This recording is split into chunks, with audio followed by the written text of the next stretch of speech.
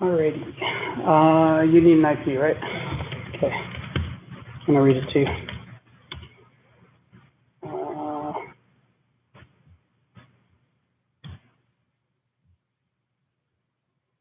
You are 34 211 11148. And if I had a whiteboard marker, I could draw it. Yeah, don't. So this is a physical EC2 instance. It's the P32XL, which has the new Volta V100. If you guys don't know, there's this cool site called ec2instances.info. It has a REST API and everything. You can inspect, share my screen again, and kind of compare specs and that kind of stuff. It's pretty cool. So it was an I believe it was Amazon guy that built it, and then he left and went somewhere else and hasn't really maintained it. But it scrapes like the internal, or not internal, but it scrapes some instances page and lets you. They don't have GPUs in here, which is kind of crummy, because that's what we're always looking for these days.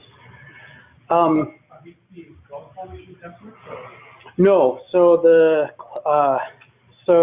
yeah, he was asking that actually right before you got here about how do we, so I've given you guys like an instance of our product, basically, instance of our community edition. So if you go to community.pipeline.ai, this is a GPU that's always out there, always available. We learn from this because we're actually tracking what notebooks you're going to, and we know that you're interested in TensorBoard. It's one common user, so don't put anything sensitive in here.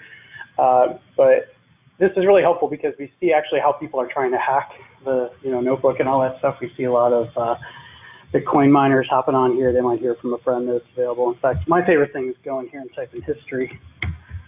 With the CD darknet detect. Wait, what? Yeah, this is people on here. Isn't that crazy? So, oh, he's got GNOME, something. This is a shell and what exactly in that? So this is JupyterLab, by the way. JupyterLab, think of it like a really complex theme of Jupyter. So it's actually much more than that. It's not just CSS. It's a complete rewrite of the UI. It still uses Jupyter Notebook on the back end. So it's still talking to kernels and all that business, kernel in the Python context. One of the features of JupyterLab is you have, well, actually this is in Jupyter Notebook as well too. You can do a shell. So keep in mind, Community Edition is an isolated cluster. It's meant for this kind of stuff, for like hacking, So it's a good way for you guys, right? Like I do these kind of things like maybe once a month just to kind of get out there and keep like interacting. And we like to give you as close to what we're actually building as possible to get your feedback. So this is something you guys can like go through longer term. What was I going to say? Yeah, so you can shell in, but keep in mind if you do rm slash, slash or whatever, rmrf slash, you're just going to delete this thing, and I'm just going to, start up another instance. So it's kind of fun because people are always like SSHing and trying to get someplace, and they're not really going to get anywhere because it's an isolated like cluster. It has Kubernetes. The latest 110, we've actually poked a hole through Kubernetes to get to the GPU. So Jupyter Notebook is running as a Docker container within Kubernetes, which is orchestrating the ability for this to talk to Spark, to talk to other things. And so holes have to be poked all the way through all those layers. And that literally took up most of my 2017, right? Was my like nights and weekends was to get that stuff working, because Kubernetes plus GPU, so Docker plus GPU is bad enough. Kubernetes plus Docker plus GPU.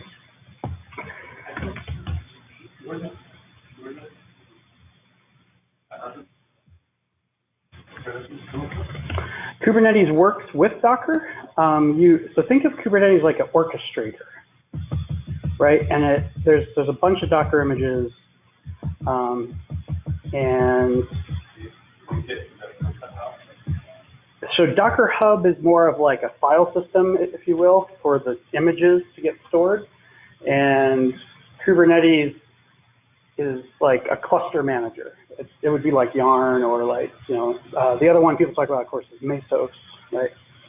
It's the best way to put it is it's a Docker container or it's a container orchestrator. It's not actually limited to Docker, which is a bit mind-boggling. Okay, all of these notebooks are here, by the way, and continue to stay here.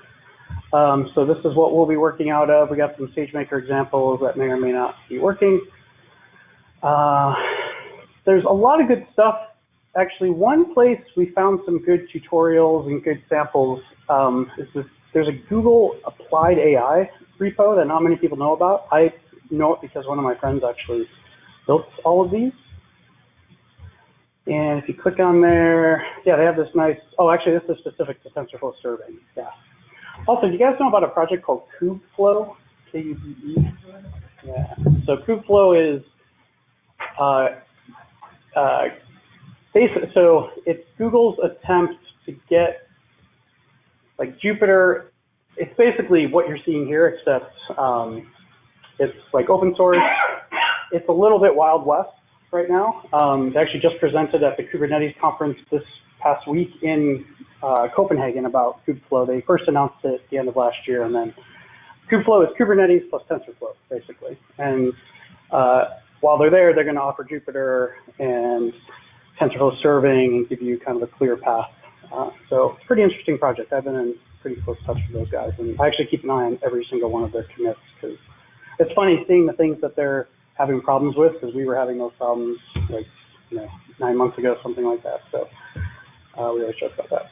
All of those notebooks are there. Where's I going with this? All right, let me pull up the slide here. Slides. And the reason I actually don't give you guys the the things too early is because y'all end up just clicking around the notebooks and not listening. So kind of learned that empirically. Everybody gets a GPU. I didn't really finish.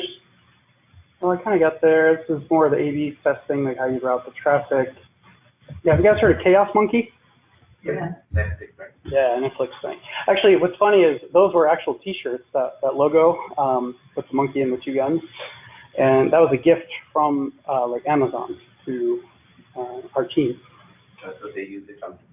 They actually they do, yeah. Or I'm sure they forked it and all that stuff. But yeah, and it was a pattern that they really liked, and you know that Werner Vogel or whatever his name is, the CTO of like Amazon. Yeah, he's a big fan of Netflix style compute. I have to go to the no, yeah, oh, that's right. Yeah. So Chaos Monkey goes through and kills pods or kills Docker containers and makes sure Kubernetes can work around it, or actually your application running on top of Kubernetes. This originally, and actually I think in its current form, it's still meant to kill the EC2 instances themselves, not actually containers. So Amazon, or sorry, right, like, yeah, it's like Netflix was a bit behind on the container story. Their focus these last couple of years has been global expansion. And so the infrastructure was good enough that they didn't really need to go beyond. Now they're kind of, they've solved the global thing. They've got the active to active, Cassandra clusters all throughout the regions, like replicating when a traveling user and all that kind of stuff. Yeah, there was always that edge case of, well, what happens when a user goes from the US to the UK? What like movie collection do we show them? Which languages? What preferences for subtitles and dubs and that kind of stuff was always tricky.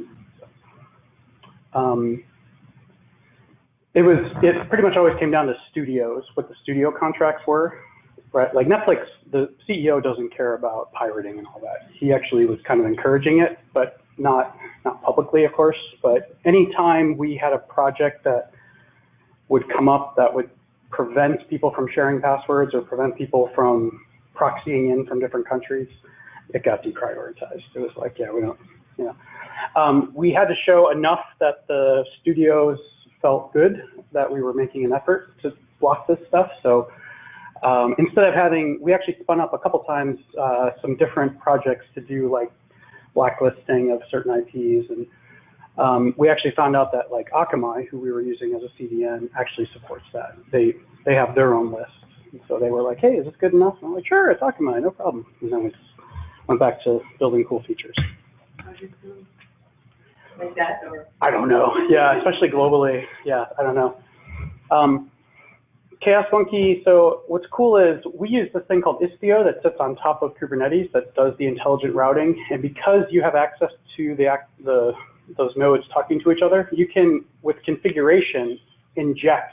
So with one pipeline CLI command, you could actually inject either, right, like latency, like a delay of 500 milliseconds, or just snip the connection and just simulate like a 404 or something like that. Surprisingly, the easier one to deal with is the failure. So when the monkey came in, we all handled that because we just, we just retry to another machine, right?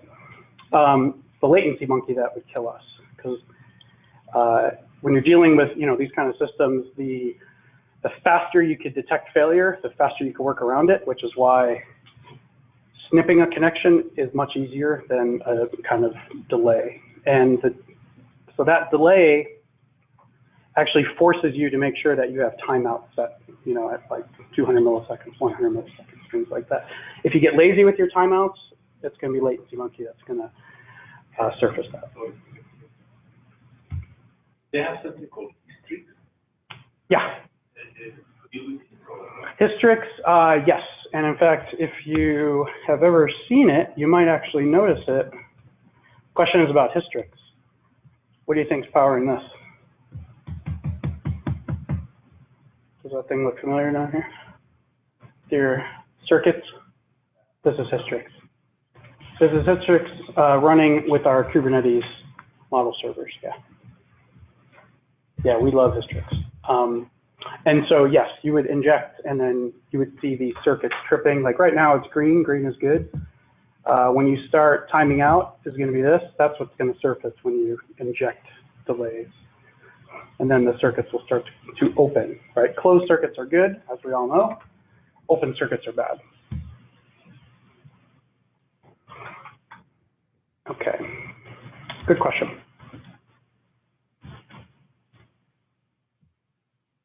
And for us also, but at like Netflix as well, all these things work together, right? They were kind of designed around the same time, and all with the eye towards fast fault tolerance, that kind of thing. All right, everybody gets a GPU. I gave you that. Here's what's on here. So we got Jupyter, we got Tensor Board. We have, you can actually see your Kubernetes cluster, I believe. Well, you feel like you see like a shared dashboard with your IP. I see code models displayed. Yeah, it's just, so each of us has our own cluster. Yeah. Yep.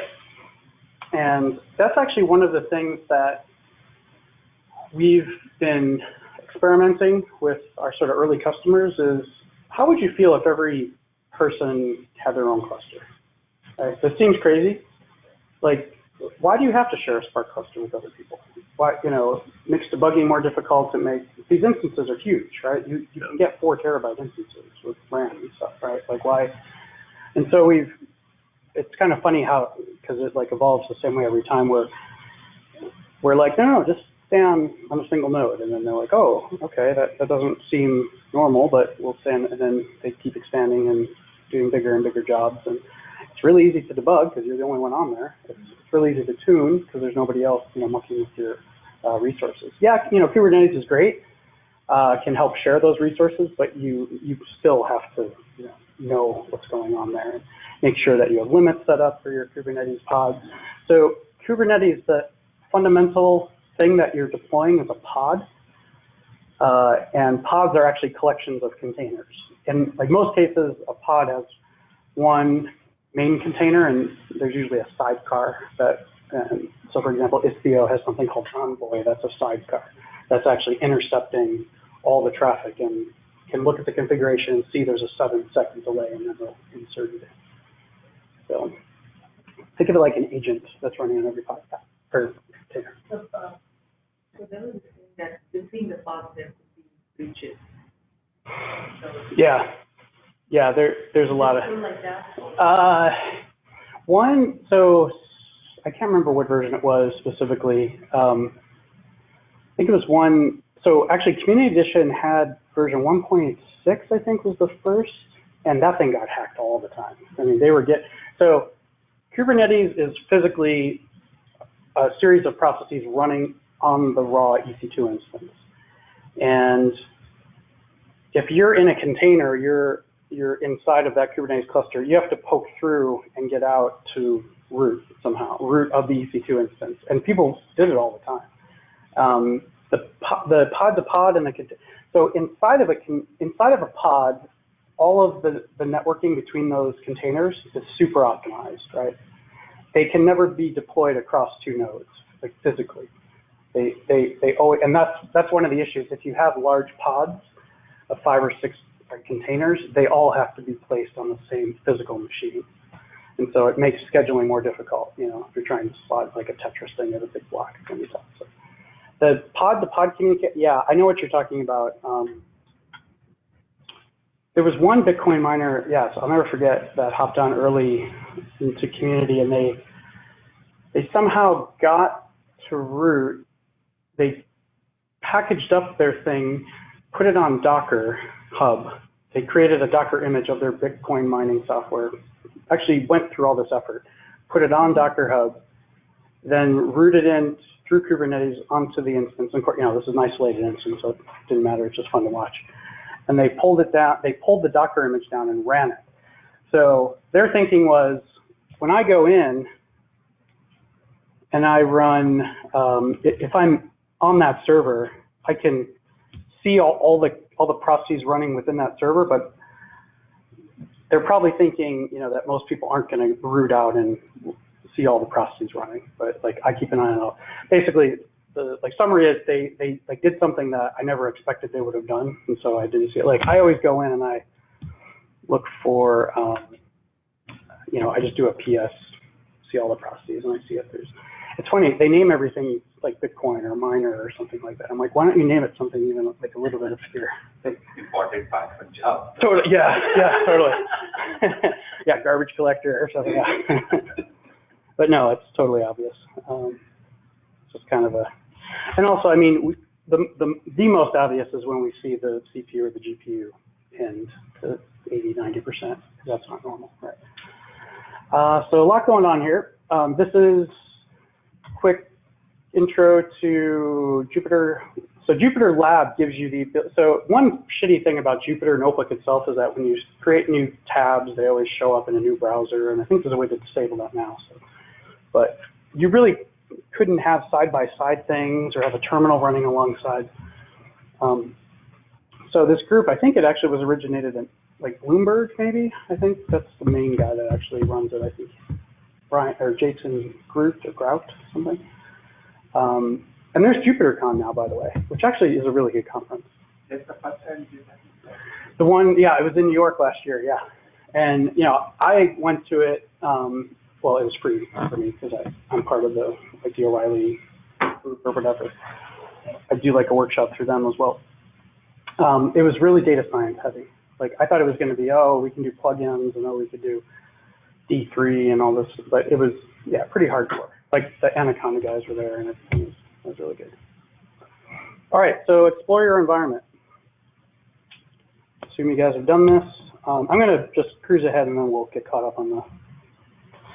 So if you're using, my suggestion for TensorFlow with GPUs is avoid it as long as possible. Just get TensorFlow working on the CPU, especially because you're most likely doing it on your laptop, and the only one I potentially see is that gigantic thing there that probably has a GPU. Thing is huge. Probably has, yeah, two. Yeah, I think that's the 2 GPU. Does anyone else have specifically the NVIDIA? Do you have an external NVIDIA a graphics unit you plug into your MacBook? I've never done that. No. I have a GPU on my laptop. I was just talking about you. Yeah. I was saying if there's one person that has it, it's you, because that thing's a beast. All right. So keep in mind when you're using TensorFlow, and this is actually opposite of how I would describe it, but it was faster to copy and paste.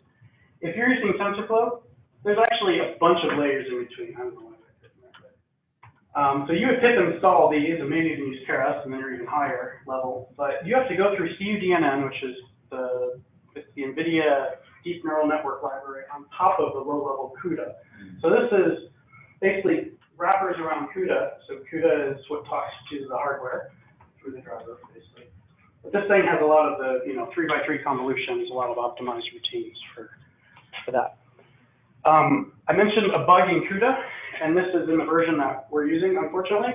So some features have to get disabled, but we'll still talk about them. If there's a new so this is the chip up here.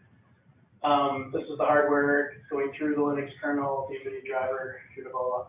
If there's a new hardware feature that you hear about at like GPU Tech Conference, these tensor cores, for example, if all of the layers in between, right, like these NVIDIA guys are not known for software, and especially the speed at which they develop. So hardware comes out with a new feature, tensor cores, all of these layers have to implement it, including TensorFlow, right? So there was a bug that was discovered at the end of last year in CUDA, where under certain circumstances, I think like matrix multiply something, it was not producing the correct results. It was like overflowing and not catching it and basically giving you bad results. And so TensorFlow, sitting on top of 1 or 2 layers away, had to actually disable some optimizations. And the workaround has been to downgrade down to the previous version of CUDA, which didn't have this problem. But kind of interesting because you can really be affected if you don't understand these deeper layers. And TPUs don't really make it much better because TPUs also have a bunch of layers. It's just that you have even less access to that code, right? Because it's behind Google, you have to be on. When you spin up a TPU, I'll show you guys here in a sec, there's a drop down that says, do you want TensorFlow 1.6, 1.7, or 1.8? And that's it. You don't have any other options. And it's their pre-compiled, they've compiled TensorFlow. These TPUs are 16-bit native. There's 5 or 6 flags you have to turn on within TensorFlow to even get to the 16-bit, half precision. So it's a bit scary. The good thing about TPUs is that Google's using them pretty heavily. They have very specific use cases within Google, TensorFlow is obviously super pervasive. Like YouTube is using it, all the different groups. So if they do find something like that, they could patch it pretty quickly. Here, it's a pretty painful upgrade because upgrading CUDA is very, very painful. In fact, the combination, I've found this out the hard way many times, combination of this Linux kernel, so even a dot release within here can screw up all of this, and this doesn't work. And this is really bad, especially when you're in London at a huge conference and no one can get to the workshop. So why this is a problem, especially when you're using Google, Amazon, Azure, they're always updating the base, right, like Ubuntu image, the base CentOS image, and you theoretically don't need to know. But this is a case where you do need to know. And it's good because you're getting the security patches, and but it's bad because it could potentially disrupt the whole rest of that.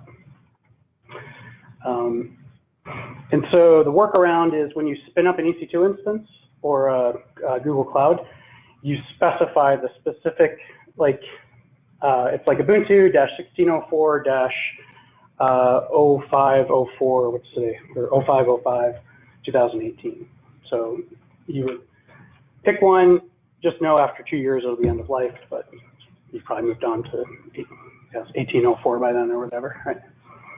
So big takeaway is don't ever create a cloud instance with just give me Ubuntu. Yeah, I'll be fine with whatever, especially in this world. You need a specific OMNI ID. Right? So, yeah. Oh yeah, so yes, yeah, that's how it surfaces, and then right. Because see, with Google Cloud, there's like a family or something, and you can say, I want the latest family of Ubuntu 1604. Yeah, you can do it in AWS as well, but you can also drill down into this is the OMNI that was created this day. Yeah. Got it.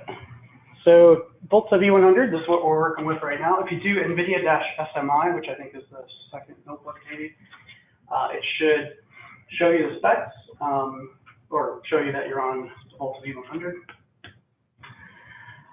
Cool thing is those tensor cores, like I was saying, it's about 640. There's some teraflop, terab stuff if you want to look at it. This is that particular set of instructions, right, like operations that these tensor cores are optimized for. It's something times something. And they actually point out here that this is floating point 16 that you're multiplying, and you're adding a floating point 32. So what's interesting here is you can mix the precision. So between, so this is kind of weird, but so there's two ways to look at this. If you're multiplying two floating point 16s, you are potentially losing a bunch of precision, right? Or a bunch of like dynamic range, they call it, right? How much you can pick up. The good thing is that when you multiply two floating point 16s,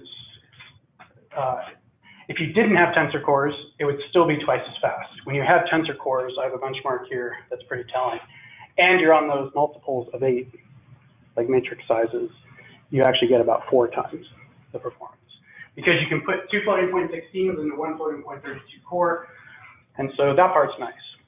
What question are you? In TPUs, can they draw upon, it's probably no, but like, you know, CUDA libraries, you know, CUD, like the CUDA deep learning neural libraries? They've completely rewritten all that. Okay. Yeah, and that's those like two, right, the ASIC manufacturers I was talking. So there's one called GraphCore that's out of London, and they basically are building TPUs and trying to sell to other clouds, right? There's another one in Los Altos, like near Mountain View, called Cerebras, CEREBRAS or something. They just got like 900 billion in funding or something. These hardware companies getting like crazy funding. Their whole, like, so they were building, it was a very interesting time because TensorFlow is just kind of getting big. That, you know, this was 2 years ago, right? When, and these life cycles of these hardware chips are about 2 to 3 years. So people that we're now hearing about actually started a couple years ago. And so we've been working with them because this stuff called XLA, which is actually the feature that got disabled because of the CUDA bug. So think of in like a typical database query, you have like the logical plan, you have your syntax, you have the logical plan, then you have an optimized logical plan, and you have a physical optimized plan, right? Like the different stages there. And it's getting more and more hardware specific as it's going down, right? Taking advantage of whatever data structures that these databases offer. And so there's a similar concept, and it's the accelerated linear algebra. And as a hardware manufacturer that wants to get the most performance and tune for TensorFlow, you have to understand that like intermediate representation, so that you can plug in. So about halfway through their developing, they kind of were like heading towards Cafe and some of the special, the more, yes, back then the most common like neural network frameworks. And then suddenly they were like, oh crap, we have to get caught up on this TensorFlow stuff. So anyone that's doing that has to write their own drivers, essentially. I guess where I was going with this is I remember the hype like 18 months ago was FPGAs. Yeah. Like, why ever use a GPU? The reason GPUs were created was historical accident, all this extra baggage for graphics. If you don't care about them, blah, blah. But once you actually looked into actually doing math on FPGAs, if you had to rewrite like the stuff available to you in like the CUDA libraries, or like the ones, like there's nothing out there. So you have to like literally go from scratch. Yeah. Heavy lift. Yeah, then you end up having to maintain all that stuff, and that's not really where you want to be, right? Yeah. So this is the thing about multiples of 8. So this is how it would manifest itself in higher level concepts, not at the chip level. What am I saying here? Yeah, matrix multiplies. The widths of those neural network layers. The convolution input-output channel sizes can affect whether or not you're striding on those multiples of 8. That one TPU profiler thing I showed before hints and says, yeah, you're on 128 or something. But keep in mind, it's 2 separate pieces of hardware. I always confuse people when I switch between GPU and TPU. but the analogies are kind of the same. Half precision, so yeah, there's the floating point 32 or 2 floating point 16s. You get pretty much like a linear 2x speed up. So that's the P100, that's actually the earlier generation. What was interesting, so there was P100 Pascal, and there was V100 Volta. They came out about a year, the Volta came out a year later, which was actually last year. So P100 is 2 years old. Amazon somehow got wind of this and completely skipped the P100. They didn't bother with it. They were on the old K80s, which was 5 or 6 year old chip, 7-year-old chip. And people were like, what's Amazon doing? Like, Google's blowing them away. They have TPUs on the horizon. They're supporting P100s. And then all of a sudden Voltas came on and Amazon just jumped all over that. So let's see, here's that benchmark. So this is where these tensor cores kick in. So we had heard about this, not just more than linear, 4x kind of speed up, 5x kind of thing. So the numbers to keep in mind are the red ones here. So this is full floating point 32 precision. This is the Volta V100. You would expect to see, and so these are really don't matter. These are kind of, actually, I think that one's flip flops, but yeah, just don't pay attention. Let's just pay attention. This is, and the thing to keep in mind, that's 15, that's 80. You would typically expect to see a 2x speed up when you do that, but those tensor cores kick in. And this was the benchmark where this number mattered, that n times n. If that was 7 by 7, we would see just linear, just a 2x speed up. Once it hit 8 by 8, 16 by 16, that kind of thing, then it was kicking in. And so someone asked during the GPU Tech Conference, because I sat in on all these talks, there was a whole track basically on like this kind of deep dive. And the person said, well, how do I know if these tensor cores are actually being used? Is there some metric? And like the guy was like, just stick to the multiples of 8. Yeah, that'll be, just trust me on that. So here's the first time we had seen some numbers coming out of Google on sort of dollar amount. There was just a recent, it's called Dawn Bench, came out of Stanford that has real dollar values tied. So this, actually, I'm going to show it real quick because it's pretty. So this is, okay, CPUs are X number per hour, GPUs are, a fourth or a fifth of. How do I make this decision?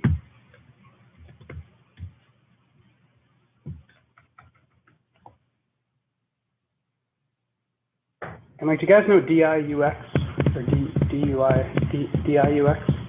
That Defense, Department of Defense, like, they have special powers from the Senate.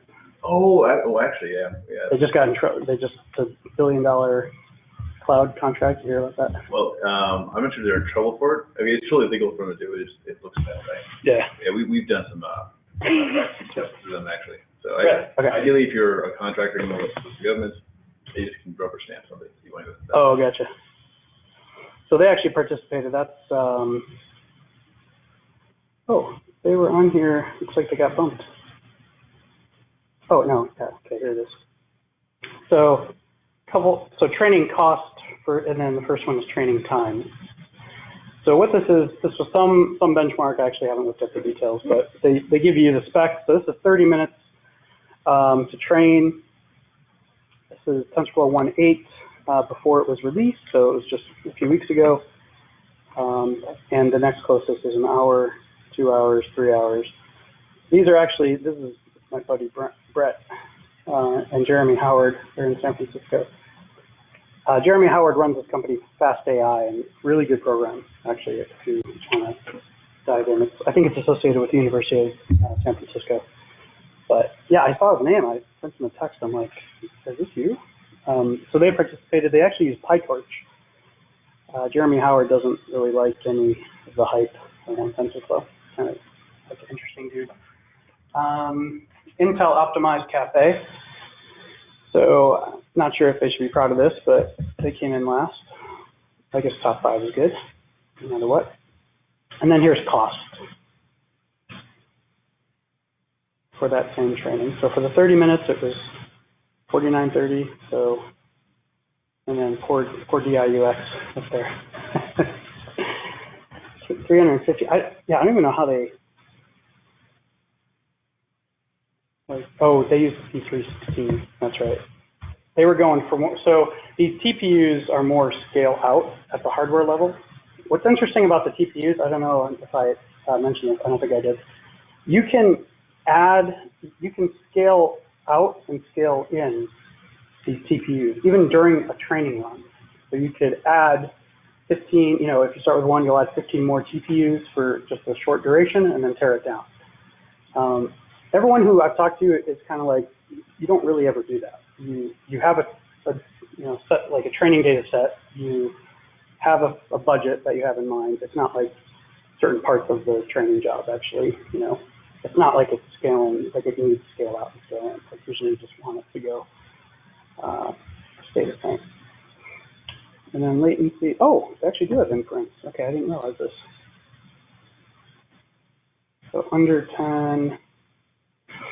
Okay, so this is pretty interesting. This is showing that the CPUs on the inference side for ResNet are actually coming in. Is anyone using CPUs or GPUs? So inference is just the prediction. Okay. Yeah.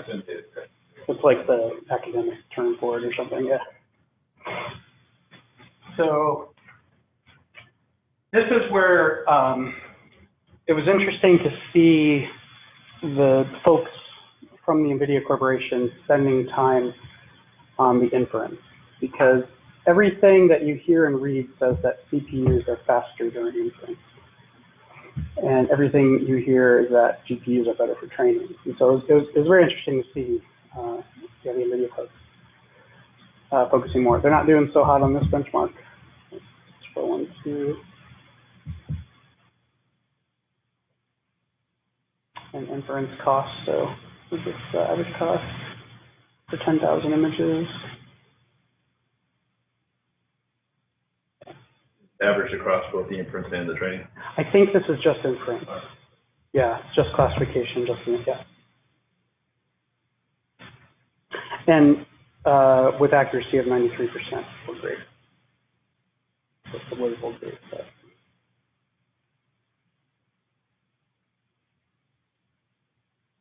Oh, what? That's too far and all that. Of course. In a distributed cluster, a Cafe 2. Yeah. Did you guys hear that Cafe and PyTorch are merged? I think Cafe is a library now of PyTorch. Yeah, it is. Yeah. That's pretty interesting. Both Facebook projects, I guess. But, okay. Let's go back here. So I'm going to gloss over this, I think, but history of half precision. This is kind of fun. Silicon Graphics. I started this work in 1997. Industrial Light and Magic, the Lucas company up in Skywalker Ranch, just north of San Francisco, had the first real commercial request for this, where they were blowing the bank on hard drive and memory and large Solaris servers and that kind of thing, Sun servers. And the NVIDIA folks came, sent in a proposal, say, hey, we'll actually put this into hardware.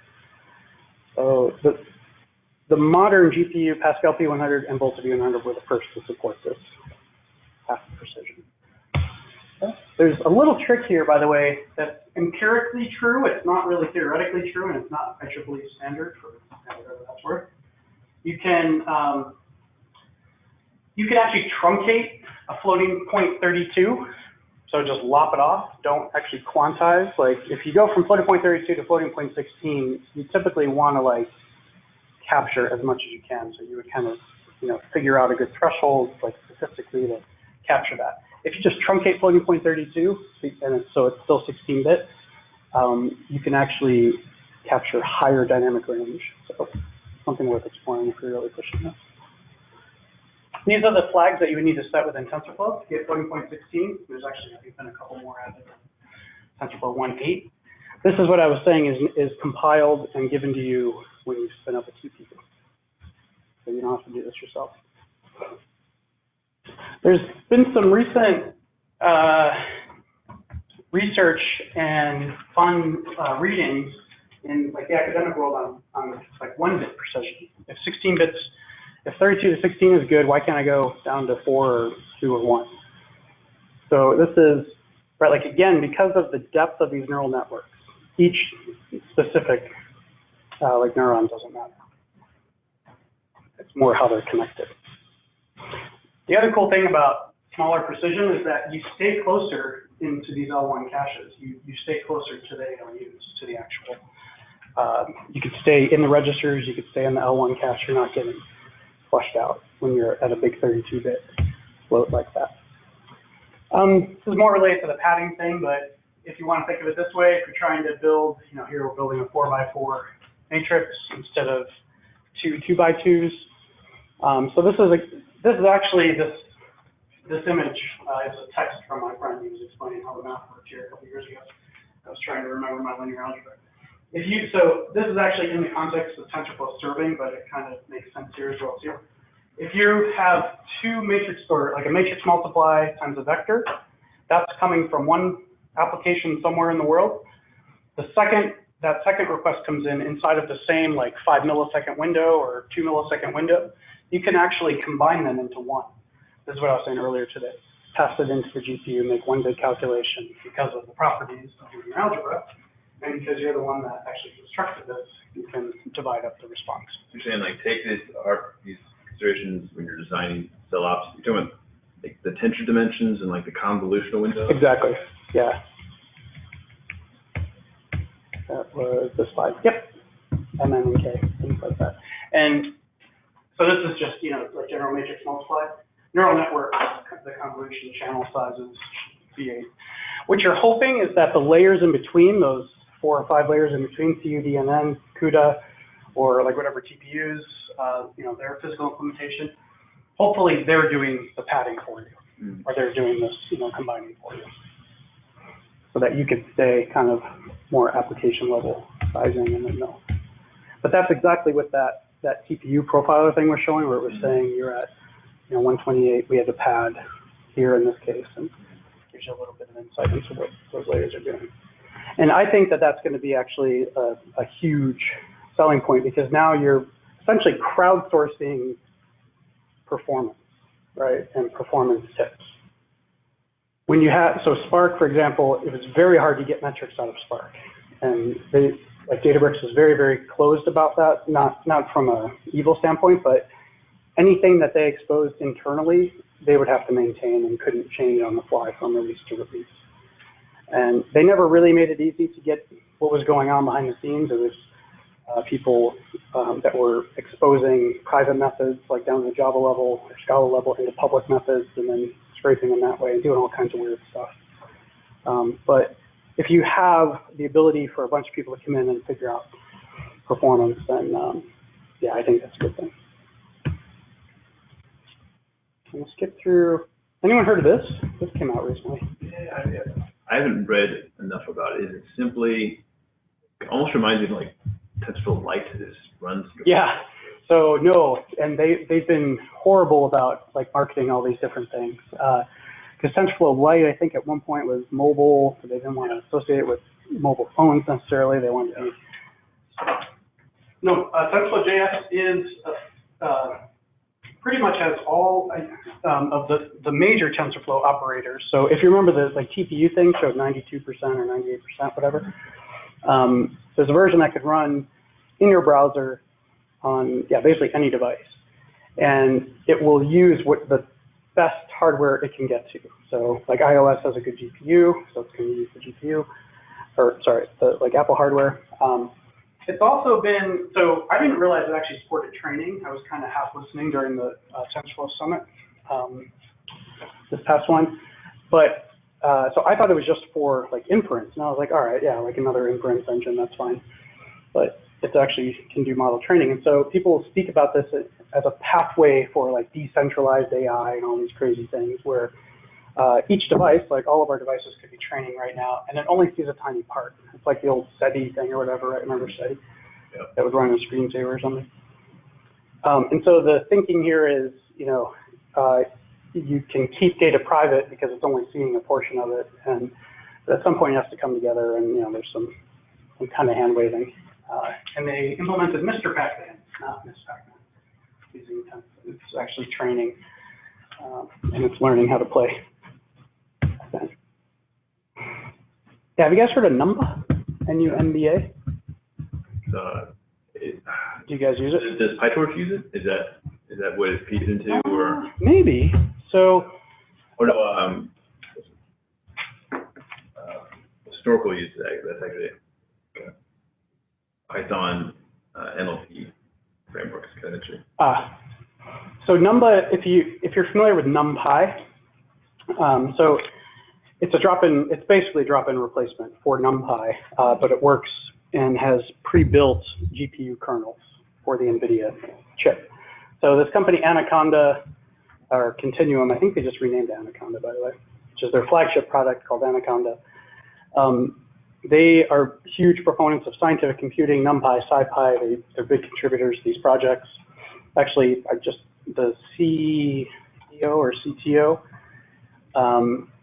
just left because they're turning more commercial. They're like, yeah, we were joking around because that's the same thing that happened with me in Databricks. It's like painful, but that's what you have to do to get to the next level. So he started his own company, a separate company. So with any scientific computing, this took me years and years to actually appreciate from Python. I always rejected Python. Just hearing that word, I just stopped. I was like, I can't deal with those tabs and the colons and stuff like this. It's just weird. I always got hung up on the GIL, the global interpreter lock, and all that crap. What I didn't realize until I was talking to an Anaconda guy is that pretty much all of the like hardcore scientific computing Python is C. It's all implemented in C, right? And I was like, all right, so each operation is fast. I get it, fine. But once you bust out to the C layer, that's where you can get real, true threading and like systems level threading, and you can actually bypass the GIL. You have to be careful because if you don't write, if you don't have that in mind, you will write crappy code and you'll end up getting caught into the GIL. But just know that all of these hardcore operators, and so the Anaconda guys created Numba. They're like, well, we'll do the same thing, except instead of CPU-based C code, we're actually going to provide GPU kernels. It's a pretty cool project.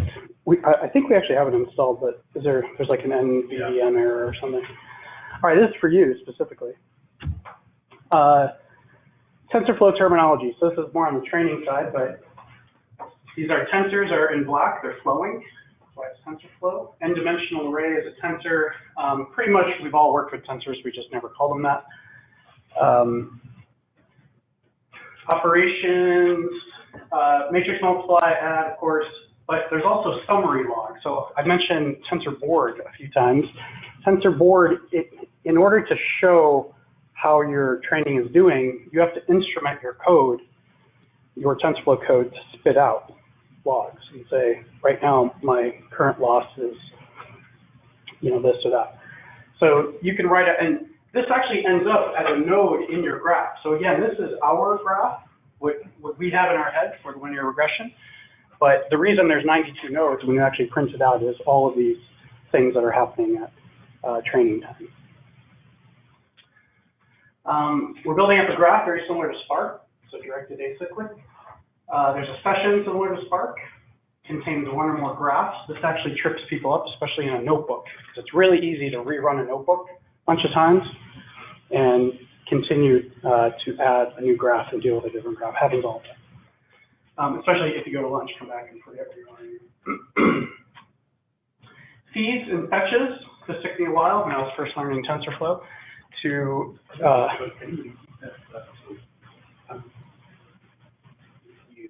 You train a model. I'll show you.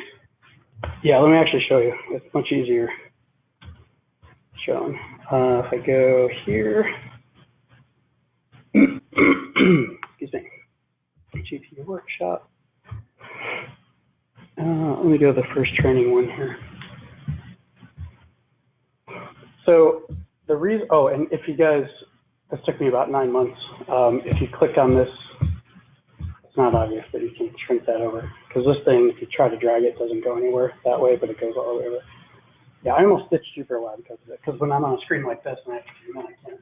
It was taking up 3/4 of the screen. If you didn't have that, and let's say we were going to run this, you can pretty much ignore all these. These come and go with every version of TensorFlow. So that's gonna, so forget about that right now. If you started with this, you would create a session. By default, if you don't specify a graph, you're actually given a graph. So a best practice is to actually create a graph, pass it in the session, then you know. If you don't, this is just a convenience thing that, yes, as we all know, defaults are scary if you don't understand them, or if you haven't read that particular line in the documentation. If you run this once and run it again, actually this might be okay, but TensorFlow gets confused. It's like, why are you doing multiple things? So if I run this, go to lunch, come back, I forget that I've already ran it. Okay, that one's okay. It'll error out pretty obviously and tell you. I think it's usually after you initialize variables.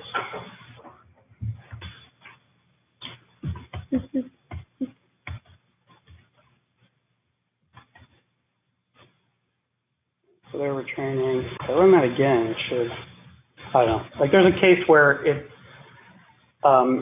like to get around it, you would have to go up here and hit the reset.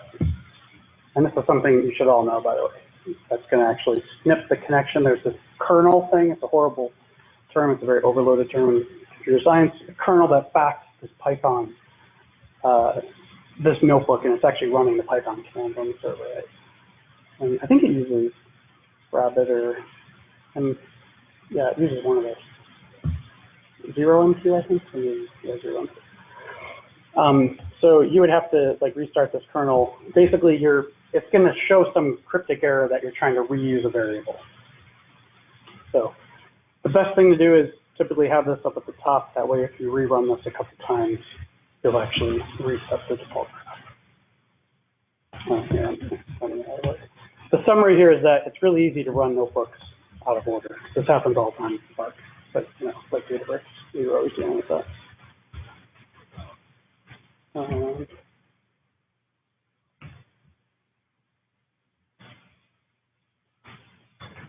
So feeds and fetches.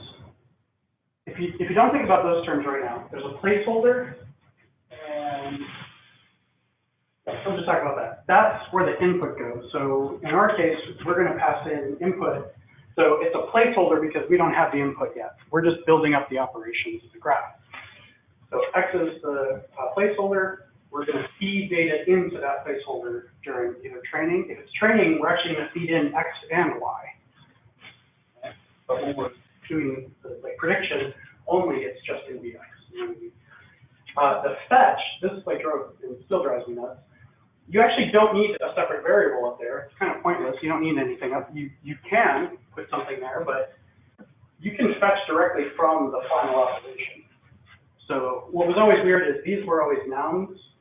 Like yes, input and then output are nouns, but when you read it like this, it's okay. The feed is a noun. The output is actually a verb. You know, it's an operation. So you just got to get over it. I'm still not over it.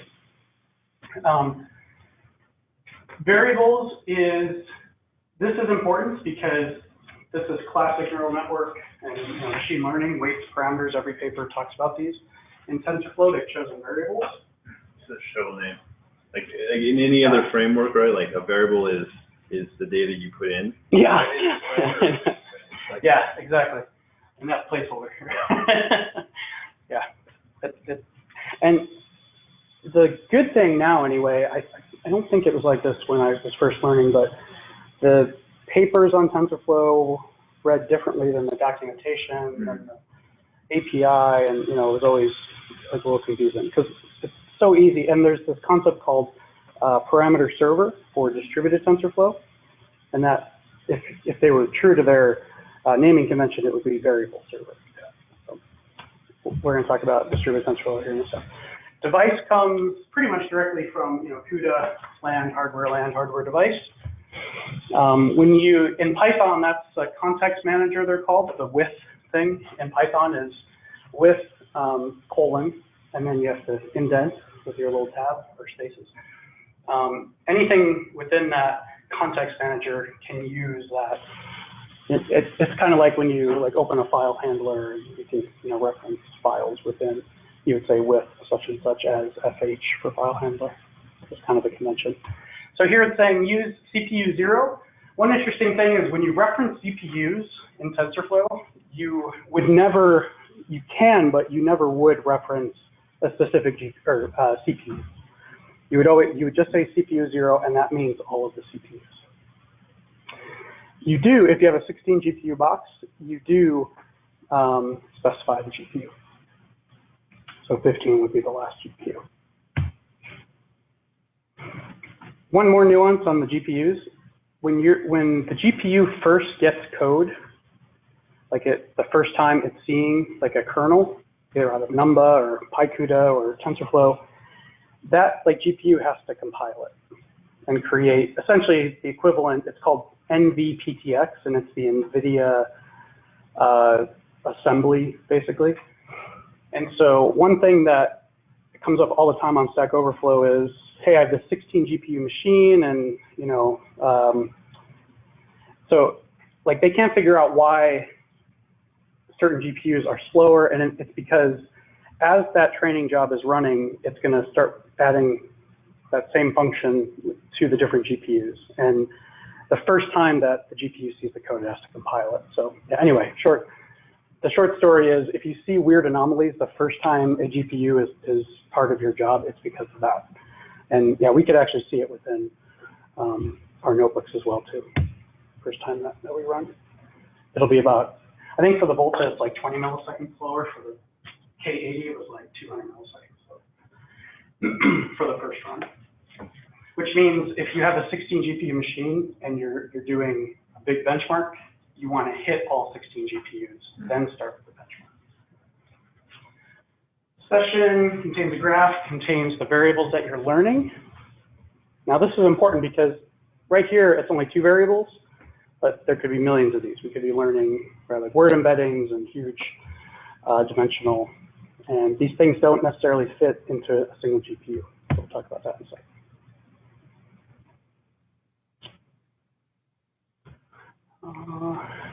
There's some flags you can set to, the short story of this slide is this, so TensorFlow itself, separate from distributed TensorFlow, like TensorFlow itself is always trying to parallelize, right? And if you're on a machine that doesn't have, or has only one GPU, this comes up all the time on Stack Overflow. I have one GPU, why is my job slower? And it's because by default, like TensorFlow it's taking your graph and it's trying to spread it out. It's trying to like plow everything onto one device, or that one that's available anyway. So the trick is you could actually go in and set certain, say actually linearize it. So just do it, put all operations one after another, and on certain devices it actually speeds things up. There's this new eager execution part of TensorFlow, which is, so the code that you saw here, if you're familiar with Spark, and I know a lot of you are, you know that the code reads kind of weird. You're building up a graph, and there's an action that sometimes triggers the actual graph, sometimes it doesn't, you're not quite sure. And so raw, like straight up TensorFlow, like is very similar. So you're kind of building up operations, then you execute them. Here, because this is the CPU specific one, and then there's GPU one, but here, if like TensorFlow, if you don't specify the device, it'll actually choose GPU for like everything. And that's not always what you want. But because this is a class showing the like 2 different configurations, we pin it to CPU. But yeah, it just kind of reads funny. It's like lazily executed. Yeah. So as opposed to eager execution, which was just released, I think in 1.7, where you can, so like PyTorch and more like researchy MATLAB R, these things execute as you would expect, every line. And so, yeah, eager execution was always rumored to be like available with TensorFlow, but nobody actually seen it, and they finally did. So there's a research, debugging. Wait, and yeah, that's the beauty of it. Yeah, is that before people felt so strongly about this that they would use Cafe or actually, I'm not sure if Cafe would, but they would use something like PyTorch on the research side, and then they would convert it. They would train the model, or yeah, they would experiment, and then they would convert it to TensorFlow. Excuse me. So now you have both options. Now there's still a bit early, but there's been so much support for this. This is something I actually was hoping Spark would do someday. Would be having like an eager execution version. It would people. I think it's a real barrier for some people. Since we're in here, I'll show you guys. There's S3 support. Of course, there's Google Cloud Storage support as well too. Here's that pre-fetching. This is a bit where you as data scientists would have to know a little bit about how many CPUs you're running, and it would help to know that. Anyway. Here we're shuffling. It's kind of here. All right, so let me show you. Actually, let's just jump to the GPU one.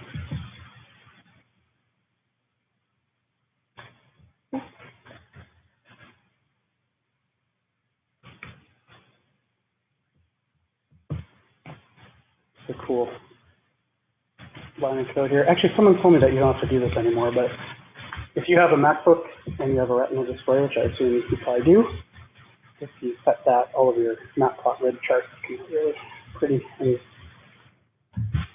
super fine resolution. Because everybody uses S3. Yeah, and even when I run this on Google, it's still accessing a public data set. It's a public data set.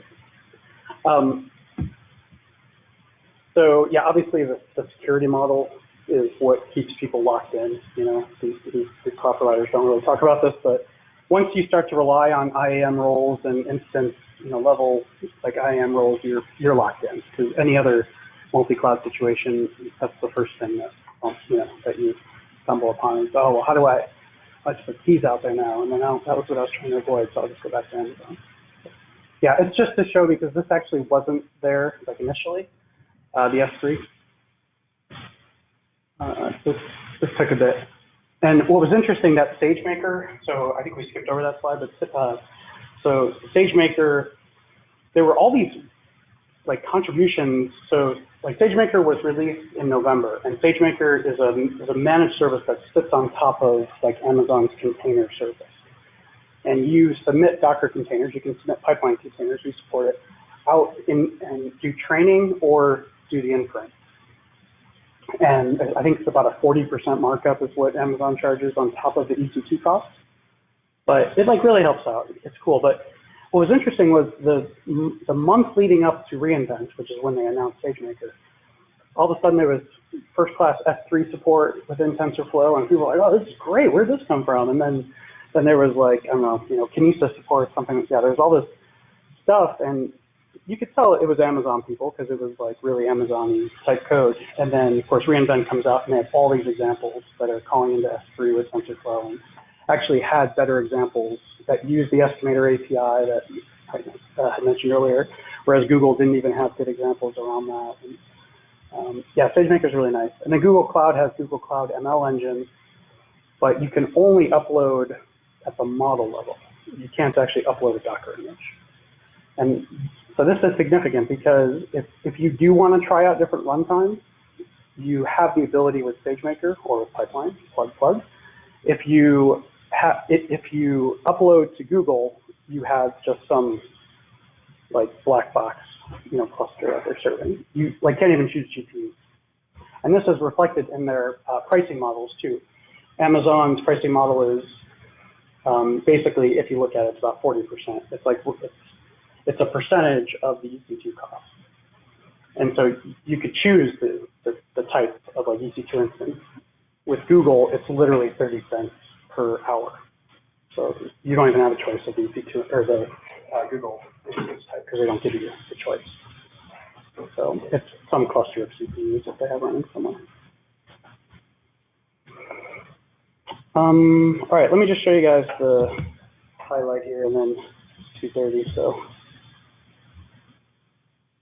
take a quick break. This is a way to kind of control the GPU, like memory per TensorFlow job. Kind of works, sort of. And this allow growth is, so TensorFlow likes to gobble up the GPU. And when you say that you want to sort of, right, like incrementally grow, like set to true, then it's not going to gobble it up right away. And you can cap it, so per process only gobble up 0.4. So these GPUs don't like to be shared. And they don't really like to be joined together. You can join them together, but it requires, you know, some pretty fancy hardware and like electric protocols. It's called NVLink, whereas TPUs love to be together. And these, like Cerebrus and GraphCore, love to come together and kind of federate and scale up and scale down. So these GPUs, like this is where you start to see their age and their kind of tech debt here. Even with Kubernetes, you can only schedule at a full GPU. So when Jupyter Hub comes up, if you have 6,000 people that are using your service, you have to have 6,000 GPUs. You can't share them. There's one company that has patents and stuff on this. It's called Bitfusion.io. And they actually intercept all the CUDA calls, and they can share and they can join across nodes. So make one big cluster of GPUs. They have some pretty cool IP around networking as well too.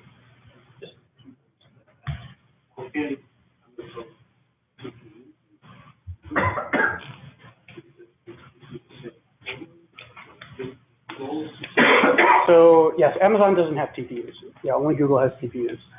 If you're asking the Amazon GPUs, which are really the NVIDIA GPUs, to the like TPUs, like that's better reflected or better explained in those benchmarks. I was just showing the Dawn bench thing, and they break it down there. Yeah, because on paper the price looks really bad for Google, but when you actually do the benchmarking, yeah. Performance-wise, one thing about Google, even Google GPUs that they support, the NVIDIA, because they also support V100 now, all of the Google devices are all network attached.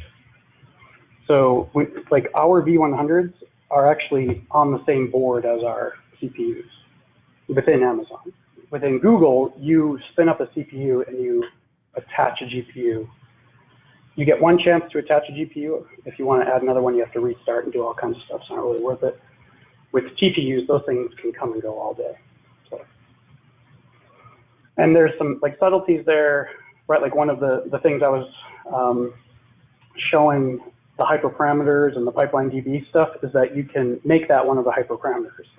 Like track whether or not this is a network attached GPU or it's actually on the same motherboard. And that's just physically just reading the docs on the cloud side or going and looking it up. Because that could make a huge difference, right? If it's on the same board or if it has to go through switches to another. Yeah. Okay, so one thing to point out here is even though this is our GPU notebook, we're actually using CPU to store our variables. So any guess as to why we're doing this? There's more memory. There's more addressable memory, yeah, and these variables can be huge.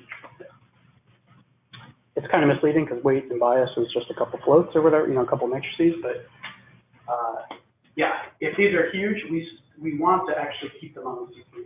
And I have a cool visual that'll explain this better. And so that's where variables are stored. The GPU has to have access to the placeholder because that's the input data. And this is the actual heavy lifting.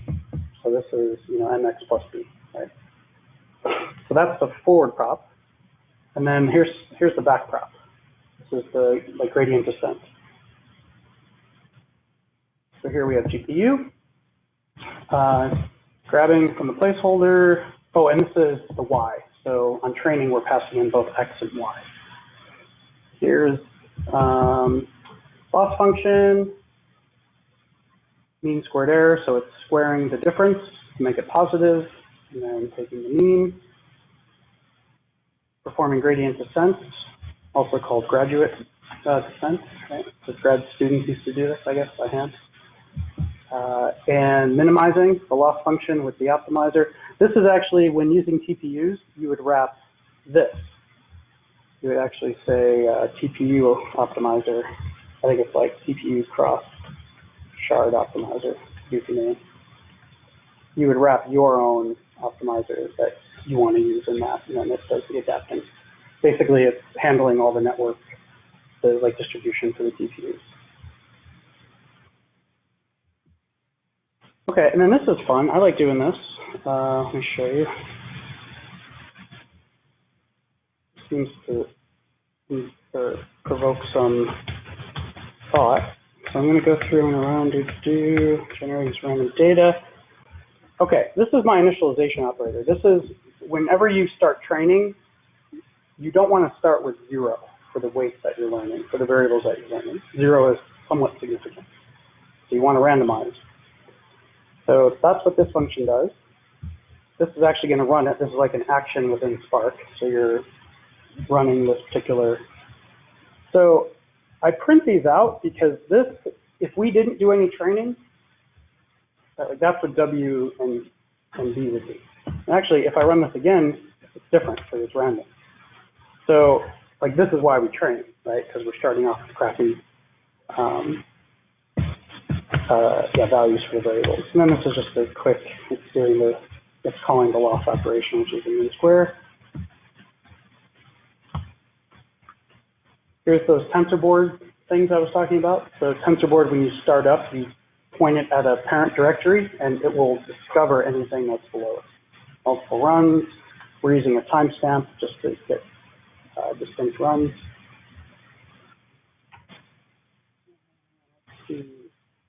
This powers a pretty cool visualization. I think it's working.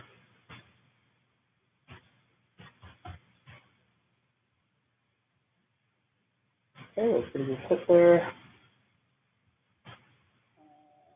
So just like we did the other day. Hopefully these are some fun snippets of code. It took me months to find, but finally found it. This is actually rendering the graph. This is how I got those screenshots, by the way. I rendered the graph. Got viz and some other fun stuff. So I mentioned a cool visualization. All of a sudden now we have this thing. And this has actually been rolled into TensorBoard, but I don't think it quite works yet, or at least I haven't figured it out. So I'm just going to do it this way. I'm going to download it. I'm going to use this janky Chrome plugin.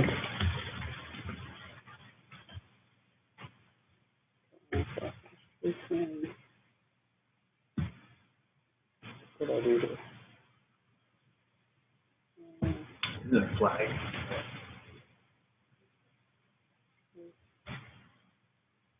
What do you say? So it's on the URL, it's like flag one, and then sort of.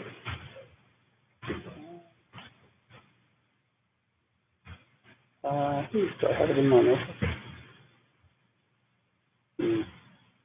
Anyway, yeah, I'll show you guys the screenshot. But it actually shows you where time is being spent. It's saying that memory is being copied from the CPU to the GPU. It's doing this operation, spending this much time. So it's kind of like a ghetto version of like a real profile, like the TPU profile that we saw. These GPUs get wedged a lot, so you got to kind of go clear out things. If you're seeing weird errors in the notebooks, it's probably because you have to kill these dangling kernels. Usually happens around 5 or notebook 4 or 5. Okay, you can debug these. There's actually a pretty sophisticated debugger now inside of TensorBoard. So this is a command line debugger. We're going to talk about distributed, so let's take a break. We'll talk about distributed TensorFlow, XLA, and then a little bit about model serving. And yeah, there's like a coffee maker and things over there, right? I think there's a vending machine too.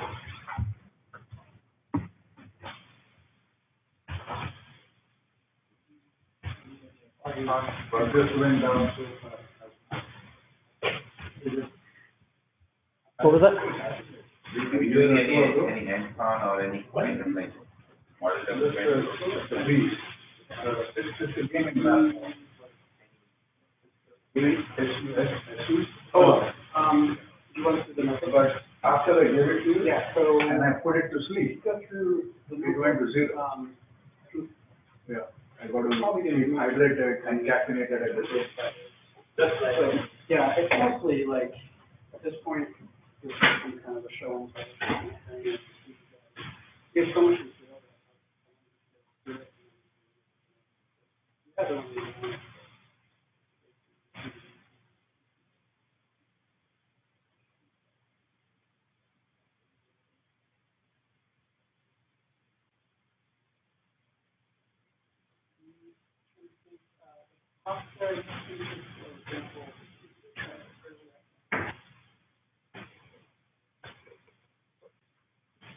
I actually have a snippet of code for, here it is. So I mentioned how TensorFlow is trying to become more like Spark and it has this data set API. And this is an implementation of the data set API for topic, group name. That like EOF is when it reaches the end of the stream, should it die or should it stay? Should it continue to listen? And this is all from this point on. Once you create the data set, it's just the normal data set API within TensorFlow, which has map and filter and join and all that stuff.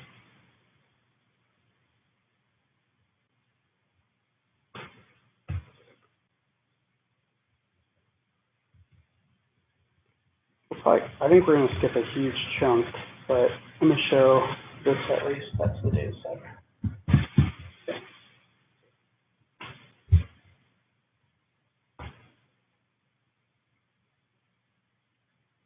Oh, one posted there. Thank you.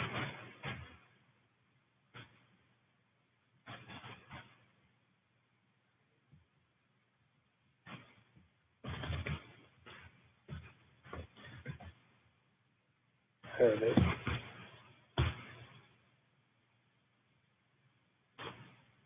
Let it go download.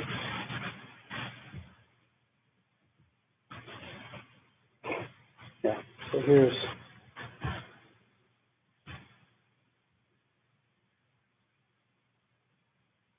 and 0 and 1 are 0 and 1. These are the streams, I think. So you can like drill in and stuff that you can see. Now, one thing, so this is multiple operations. And there's going to be like CPU memory movements and things like that. But when we get to XLA, these are going to get fused together. Like Spark Project Tungsten, where it can fuse together a bunch of operators. Spark's doing it in the JVM, it's doing it at the GPU kernel level. That flag we're talking about earlier, it's like Chrome : Ah, got it. Yeah. Didn't I do? I think I did the other slashes maybe. I don't know.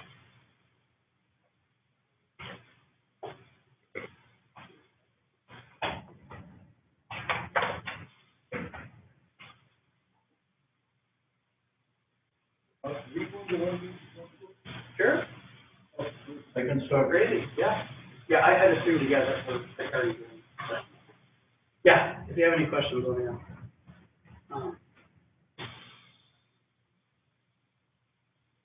The first couple are just kind of getting familiar with.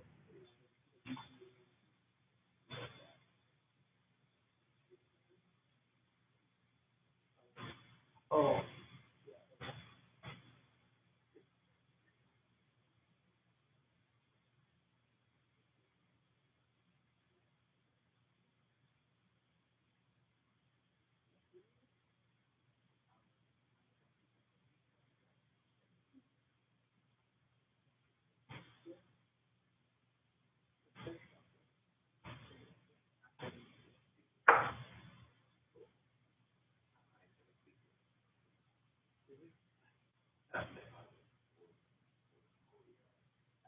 first use.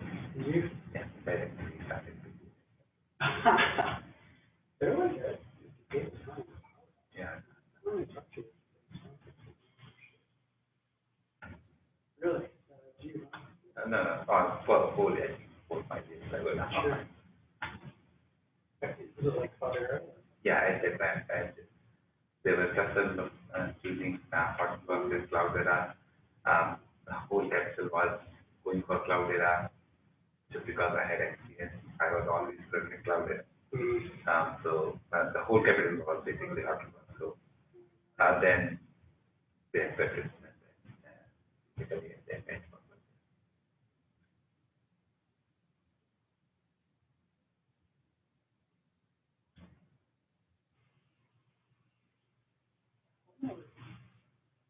Popped up more and more. Yeah. It's funny, I think if you persist long enough, you can make a difference. Like,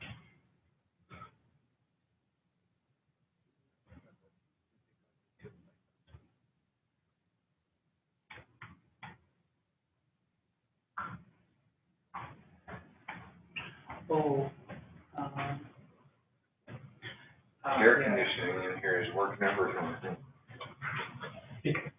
I had to pay extra for that, by the way. Yeah.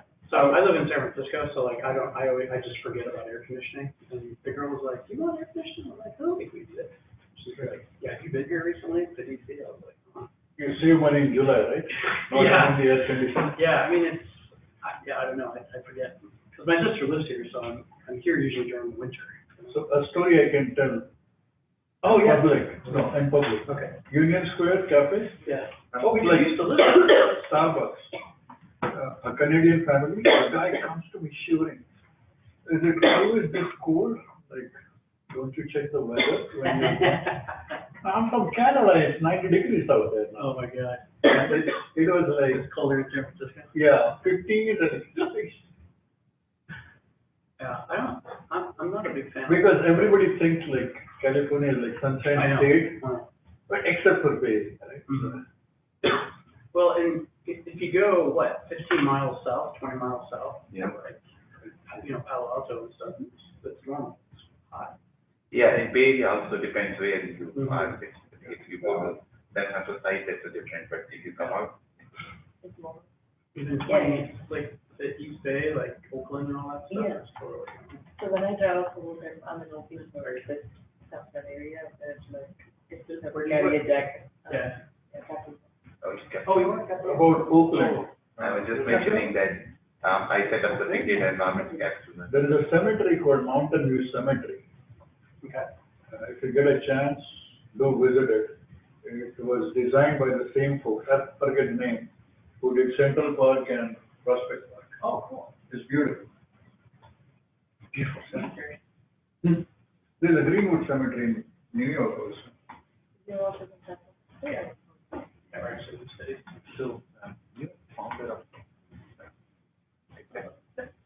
So it's a big thing. We're a lean startup. So, What service do you provide? Yeah. So, actually, I think we might even have the demo. Okay, I just got to check. Let's see how far we can get. So, like I said earlier, we're focused on the end of the pipeline essentially, and the production part of that. But we've been on so many engagements where people are like, well, we can't really get to your value add until we have trained models, So we have to kind of come in a bit earlier and help out. The problem is that really drags us down because training, and it's not just the training job, it's the ingest, it's the politics, it's getting access to the data, the S3 buckets, for this, for that. So we usually end up taking an early version of a trained model and kind of just work with that in the Docker images and get it optimized and stuff. But we're more on the low touch side, as low as possible. So like coming from Databricks, it was always interesting because I was a field engineer and we had to say no to some really large customers, right? Because the business model wasn't high touch, and that's what you need. You need POCs, you need all that. And their deployment model is very interesting too, because part of Databricks has to run inside of Databricks like Amazon accounts or now Azure accounts. And then the heavy lifting happens in your accounts. Like all the Spark cluster actually comes up inside of the customer's account. And so we've actually been working towards that model. Does like Algorithmia have, like, do they deploy, they're like OpenStack and stuff, you're saying? Yeah, so as of last Thursday, I thought, they can deploy against AWS, Azure, and Google Cloud. Yeah. And they also have OpenStack, and they have, and actually apparently just even non-cloud abstracted infrastructure, if you can just give them a list of like hosts, like the instance, like IP addresses for servers. Yeah. They have the authority to go operate them. Yeah. They can do that too. So. Gotcha. Because when I talked with Diego, there's this company called Replicated.com. Not sure, they're starting to pop up. So that kind of hybrid model where you have part of the deployments, that was a huge nightmare for like Databricks. It was good because they could upgrade their tool quickly, and they didn't have to go out and replicate, and force people to upgrade. And then there's always people that can't upgrade. That's the nightmare of the enterprise thing. And I was talking with Diego, and because like we were talking about that problem specifically, he said, yeah, had we had like Replicated at the time, that's totally what we would have done. So like Replicated is like a platform for other platforms and other tools. And if you think of it like a glorified Docker, like, registry, like Docker Hub, basically, that's the simplest way to put it.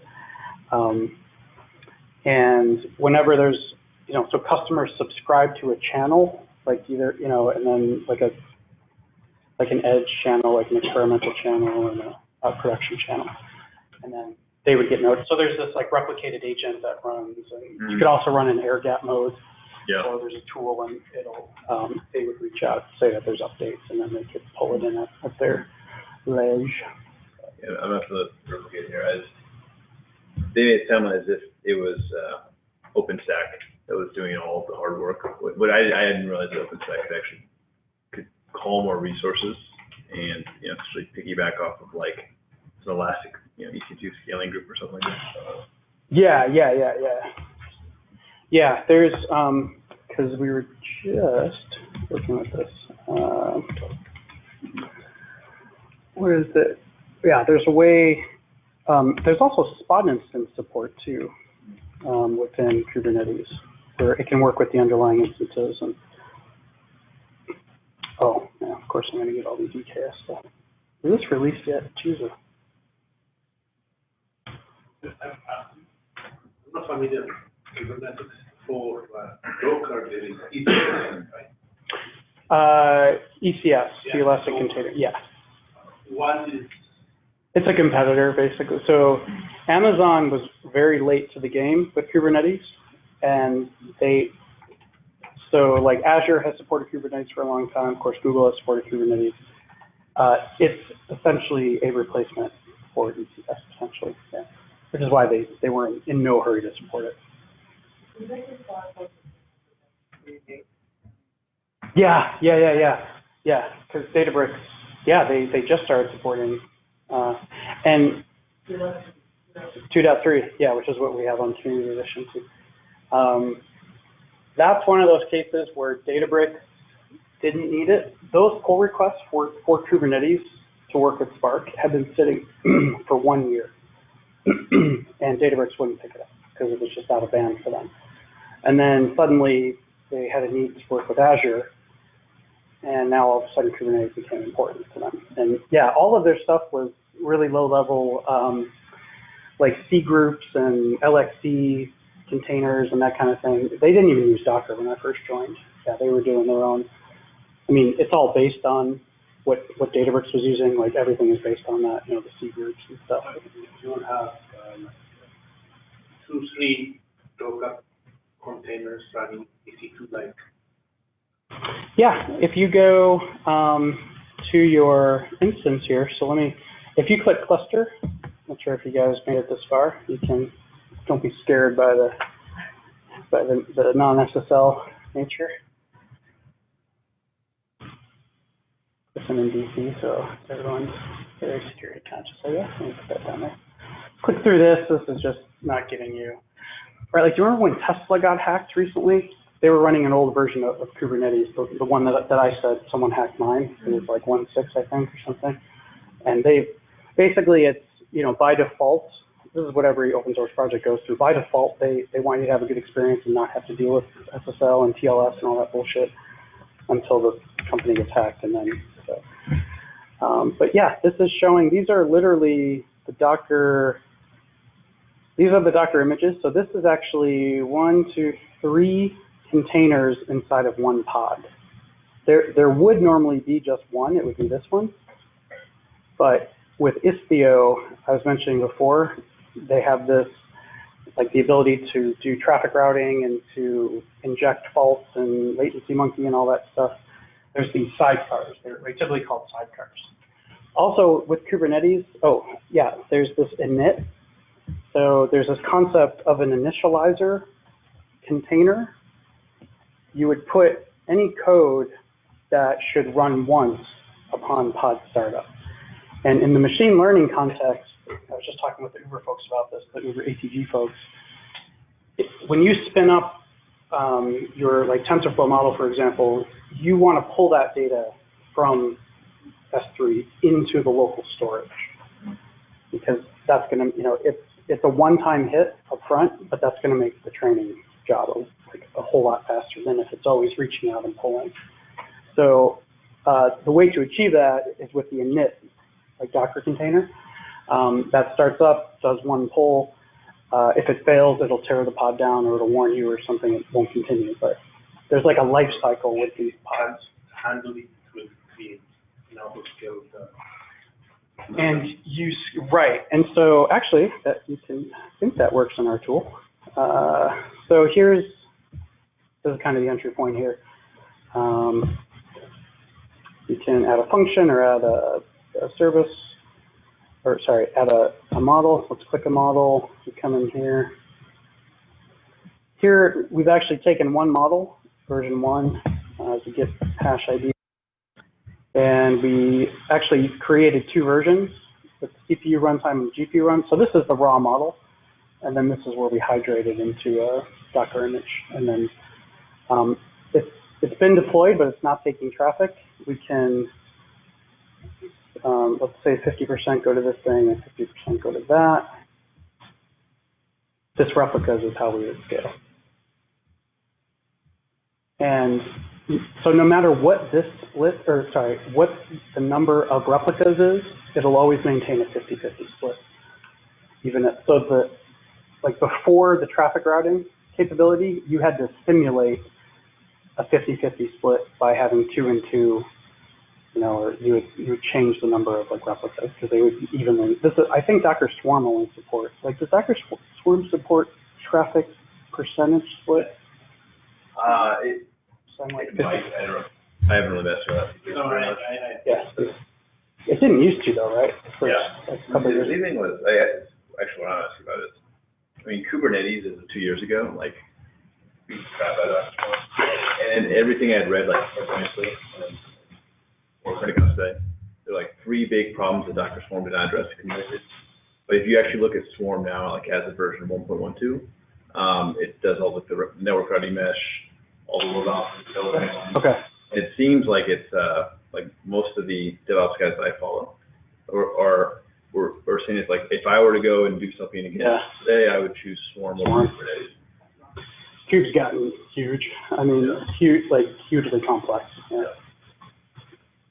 And I guess one thing is too, most people have a Docker process, right? And so if you've got the Kubernetes stuff, you have 2 sets of scripts you're managing. Someone told me you could use Compose for both. There's like an adapter now for.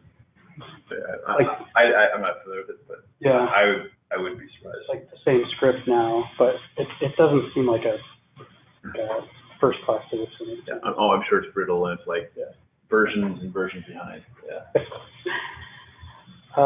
Here you can see the real-time traffic split, all that kind of stuff, the history. There's that. So it's kind of a cleaner version, but so someone was asking, you know, what's the offering? What I'm going for is a save as button here. So you would be, you know, this is the new community edition essentially. we're like adding features by the day here. It would be save as, and then no, well, it would be part of the web app, and then you would save as, and it'll then create your own environment, like a subdomain and everything. So, or for the like on-prem, you know, in cloud or whatever, you would hit save as, and then it would send you to the scripts to run. And you would have to sign up and everything. Right? That's the part that we're always trying to figure out. Yeah, so you guys use OpenFOSS, I think I saw that somewhere. Yeah, we actually, so we support the containers for sure. We basically wrap. We had some performance issues with it early on, and it didn't support GPUs, but we did, yeah, that project is crazy huge now. It's like 10,000 stars and stuff. There was a limit. It's one of those projects, it's really easy to get started. We felt, you know, and especially with Kubernetes, you just add a label to your pod and it gets picked up. And all of a sudden there's a slick tool and you can, you know, submit JSON and it's awesome.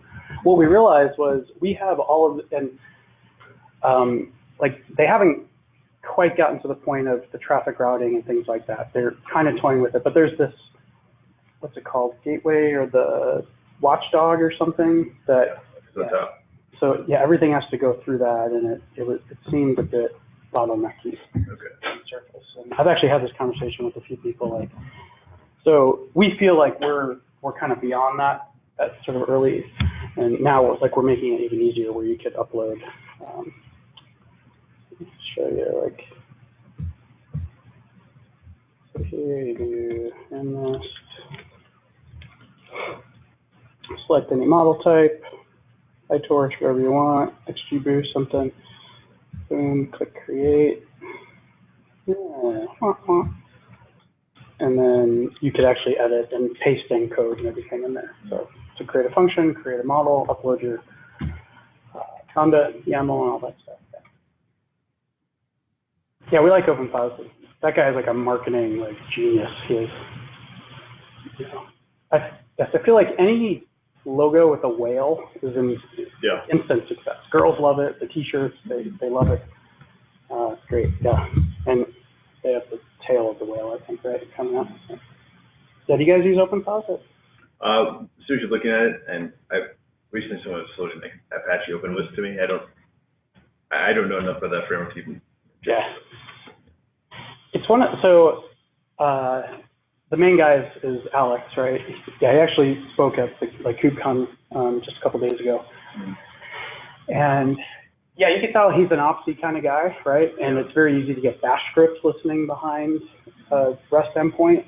Yeah. It's like, I mean, how often do you do that? But that part of it works really well. He has that store concept, which we like. It's kind of his own, you know, YAML descriptor. People can commit into a GitHub repo, a store descriptor, and it points to their public repo, you know, to get the image, and then it, you know, renders nicely in this like store marketplace kind of thing. And it's free. It's all open source stuff. But yeah, we used to highlight it on the site, and actually had quite a few people that were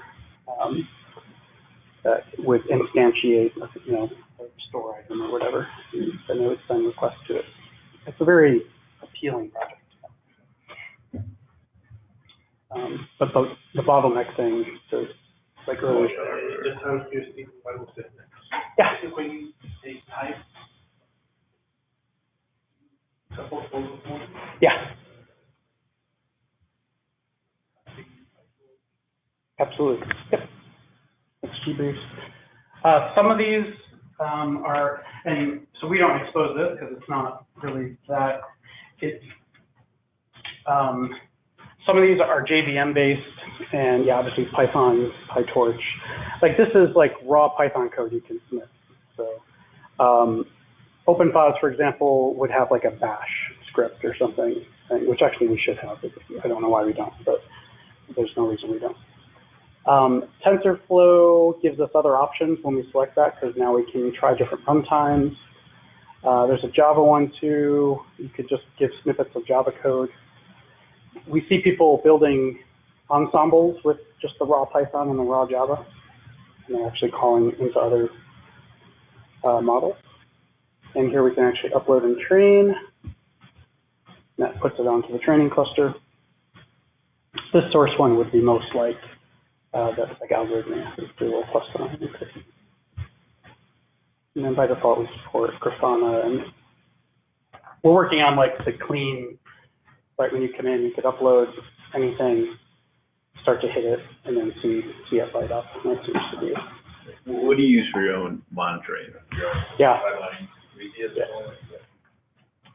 We just upgraded to the latest 2 or whatever it is. Nice. There's something called Prometheus. Yeah, and it came out of SoundCloud, I think. Prometheus is like, That's old school. Yeah, exactly. Yeah, in fact, it's from like what we can see, it's pretty much either Influx or it's Prometheus, right? People kind of 50-50, but we just chose Prometheus because someone was already using it, and we were like, yeah. We actually started off with the Netflix one that's called Atlas, because we were all familiar with that one, but the Kubernetes support wasn't there, the Docker container support wasn't there, things like that. If you're really interested in performance, let me give you guys a little tip here. This is the man with the performance plan. Great. So he used to work for Joyent, which is like, yeah, and Lumos, I think it was like the open source Solaris after Solaris. Open source, yeah.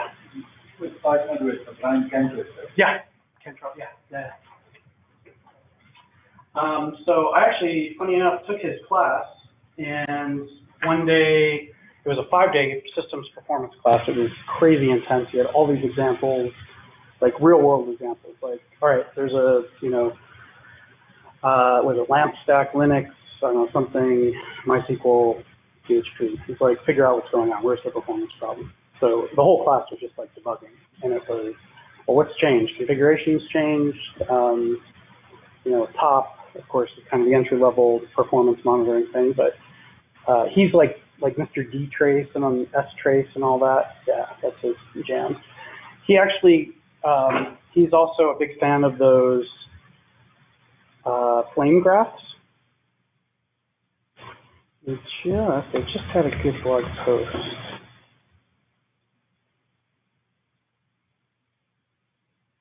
Is he blog and seminar on there? Yeah, actually have books there. Yeah, he is. The book is Yeah, huge, 1,000 pages or something. Mentioned 5 years old. So he asked me one day, he's like, yeah, how's working like Netflix? And I was like, yeah, it's awesome. He was living in Pleasanton, East Bay, east of Oakland and all that. So his commute's pretty shitty. Actually, I think he ended up moving down to work out. That's a shitty commute. I know. So this is, We say Oakland. yeah. You should go to Piedmont. If somebody- Piedmont? Yeah, if somebody looks your way, there'll be 5 Kafkas. You got to be in the neighborhood. Totally. So he loves these things. These are called flame graphs. These are now built in. Where did I see these? I actually tweeted about it because I was excited.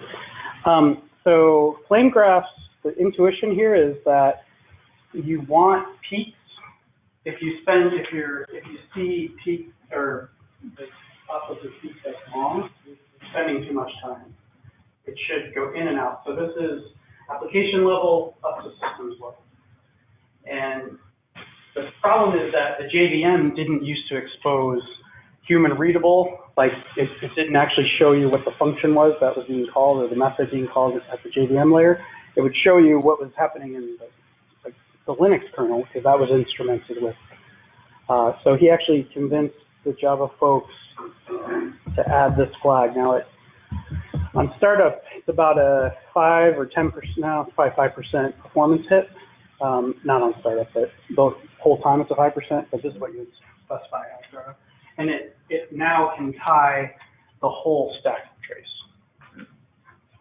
So this is where we would be presented this in the class, for example, and it's like, all right, where's the problem? You start looking for these horizontal things here, and this looks good, and oh, okay, this is, oh, because we're using Netty in this case, and not, you know, we're doing synchronous instead of asynchronous I/O, blah, blah, blah. So keep an eye on him. He doesn't blog too much like anymore, but what was cool is when he left Joyance, he joined the world of Netflix, like normal operating systems, you know, like Linux and like Ubuntu and CentOS and stuff. He was always Solaris or something? He was all Solaris, yeah, yeah. Even his like dtrace, his systems performance book, the most recent one, is all.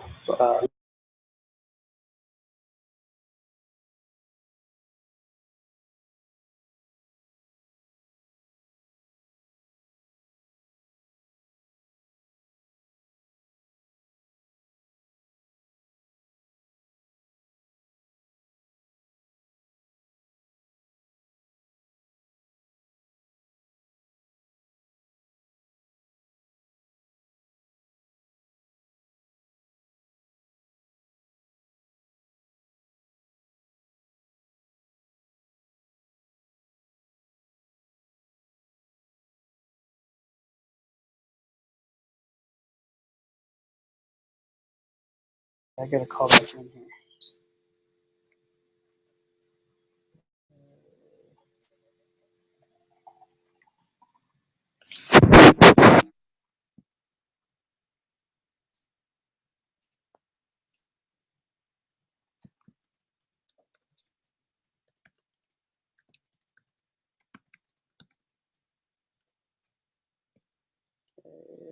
Phone timed out. How do I get back on? Is this interesting to you guys? Still here. Okay. Want me to speed it up?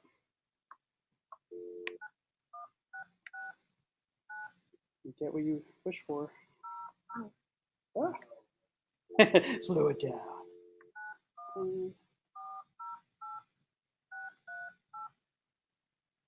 I keep forgetting that like you lived in San Francisco. You were there for a few years, right?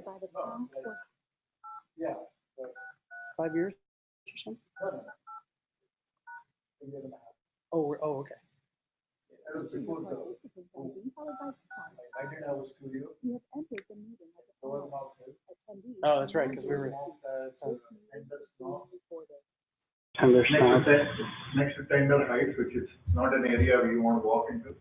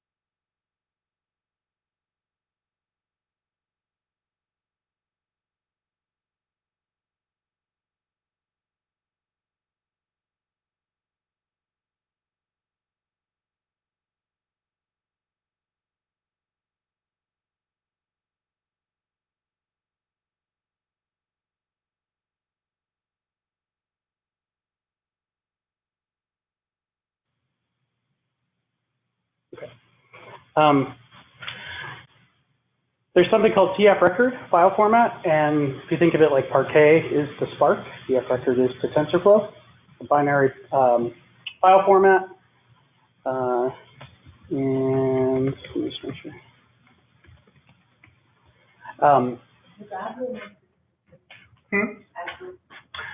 Yeah, it's kind of similar. Yeah, so Avro and Parquet are actually kind of similar. So yeah. Of course, this is all protobuf and all the fun things that Google loves. So the thing with TensorFlow I/O is that you really have to know, like this was kind of a depressing slide. TensorFlow, Python, and the C++ dataset API, basically it's not enough to understand the Python API. You really have to know what's happening in the C++ if you want to get good at it. If you want to just be a scripter, then that's fine. Just like any DBA, you kind of want to know what's going on. Python module packaging, you have to understand that because there's weird things going on. You have to be okay with Python not having strong types. Drives me nuts. C++ concurrency, protobuf. There was this previous generation called the Q API that actually that was the first gen. You know, you really had to understand concurrency and joining threads and all kinds of. It was not good from a usability standpoint. Obviously, it was very flexible. You also have to kind of understand CUDA and CUDA streams. It was something that we skipped over earlier, but CUDA streams. So think of, without CUDA streams, the GPU could be doing one thing, and it would either be reading data, and then there are a bunch of cores idle, or it was processing data, and then it wasn't pulling data in. With streams, it was kind of asynchronous, where you can overlap.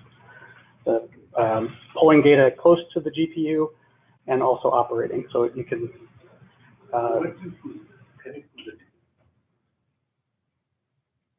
Where do you put the data? Right. The question is data. So we showed S3 before. If you're using TPUs with TensorFlow, you can only pull from Google Cloud, and that's a bit of a performance play, or it's a proprietary play masked with a performance, twist. You can pull from HDFS. This stuff wasn't there day one. HDFS came later, came a few months after, community. One thing Google's been trying, especially because of Google Cloud, specifically because of Google Cloud, is that they're playing nicer with the current open source. So like pretty much all major open source projects stemmed from Google, from papers that have been written, MapReduce, all that. And the big mistake was that they always had their internal version and never exposed it. So TensorFlow is really one, and Beam is like kind of the next big project too that they're trying to make the same play, which is we have a spec, there's a white paper, but we're also open sourcing the full implementation. So things like HDFS, like Cassandra, which actually I think came from Facebook, but it's all based on the big table or whatever, right? And like Dynamo papers. So if you're just releasing specs and a whole ecosystem grows out of it, and your cloud doesn't support that ecosystem, you're kind of fighting yourself, right? So TensorFlow is the first thing where they're like, here's the spec, here's the implementation, and here's the fastest way, the easiest way to run it. So now they have all these shims for Hive and for HDFS and for HBase. They've had to shim their internal version to the open source version, or just take the open source version and learn it. But things like Zookeeper, for example, like even now when you talk to anybody from Google about like high availability distributed TensorFlow, they're just like, yeah, I don't know, use Zookeeper, I guess, right? There's no official way, and I always wondered how that could be, because that they have high availability shit going on within Google.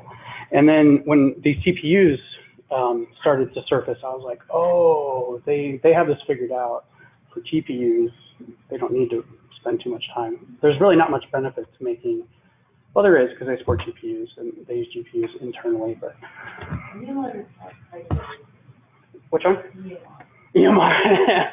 Yeah. Yeah. Not expected. Yeah, totally. And it's batch and it's. And so we are using Kubernetes. Really? To keep the Spark, high availability Spark? Yeah. You guys have built that yourself, right? Yeah. It doesn't have high availability. Yeah. I can't. Because of the name node, actually. Is it? That is the only thing. Otherwise, it's highly available. Yeah, yes, but then.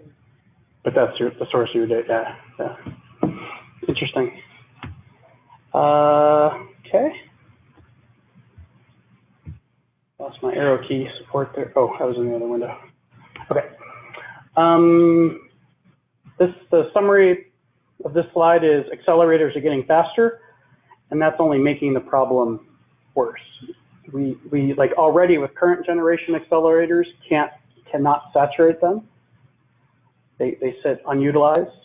The number one problem, especially because we do get pulled into training stuff pretty early on in these projects, is I keep, I'm adding more GPUs, but I'm not making the job any faster. I'm spending more money. And it's because you have 10 GPUs that are now 1/10 being utilized.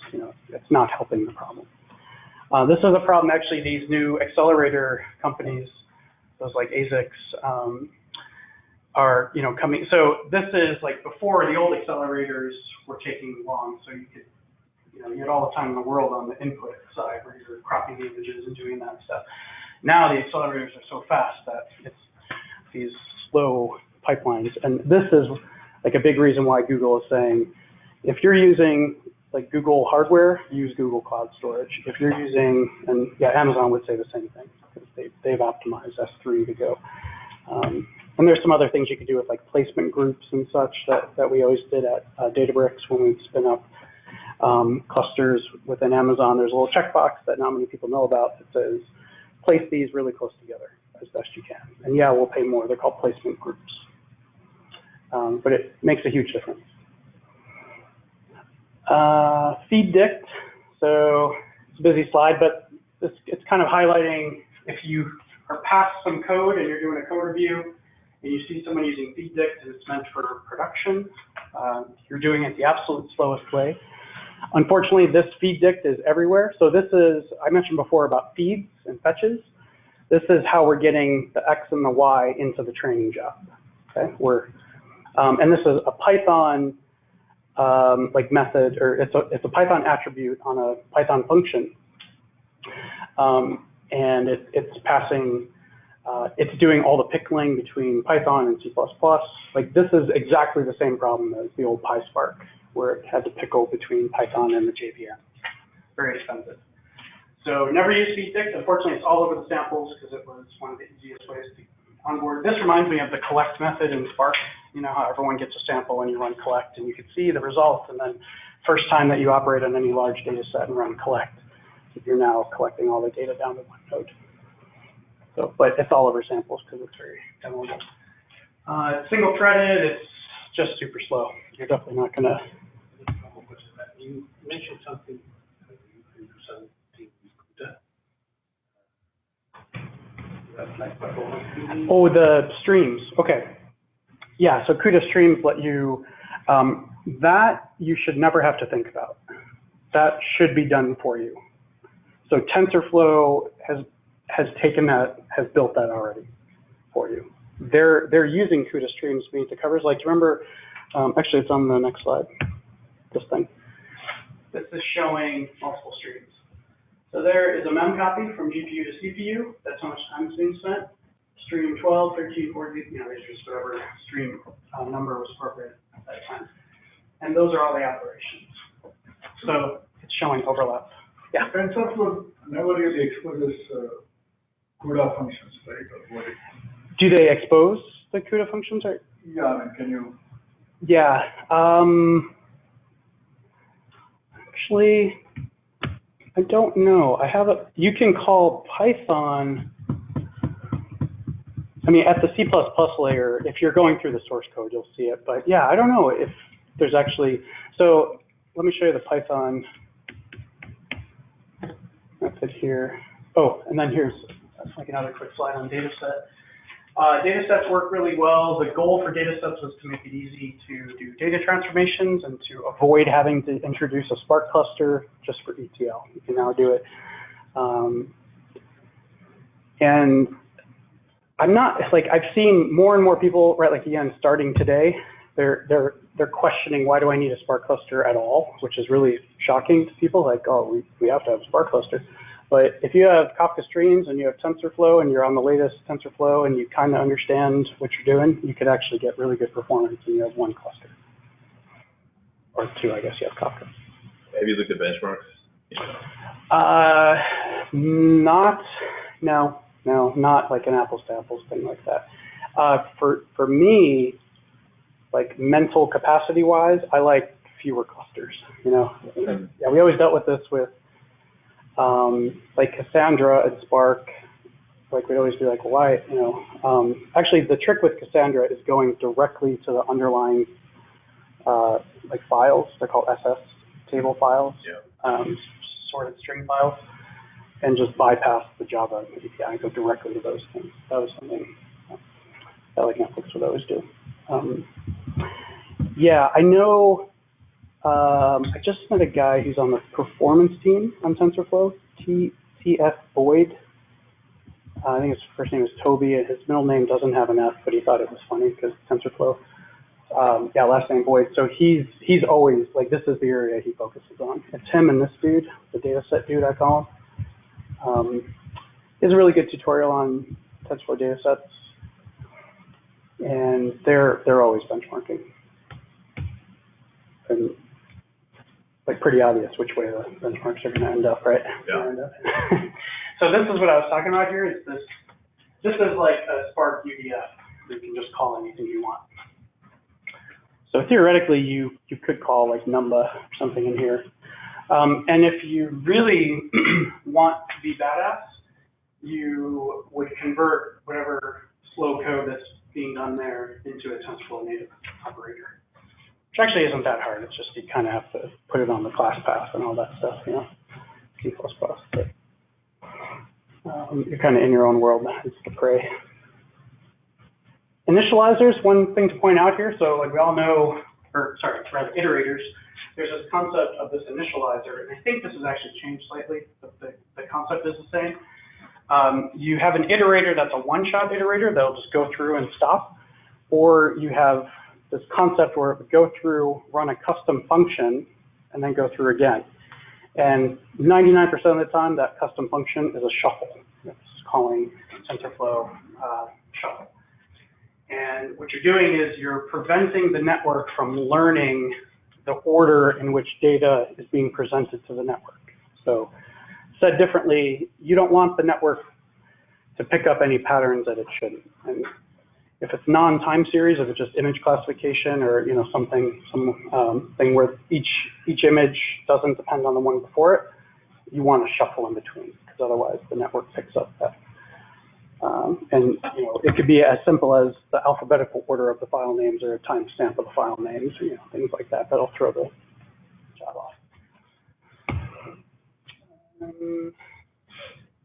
These are all the slides I put together on the Caltrain within an hour. So QAPI is gone, still there, but you shouldn't ever touch it. They're working on these.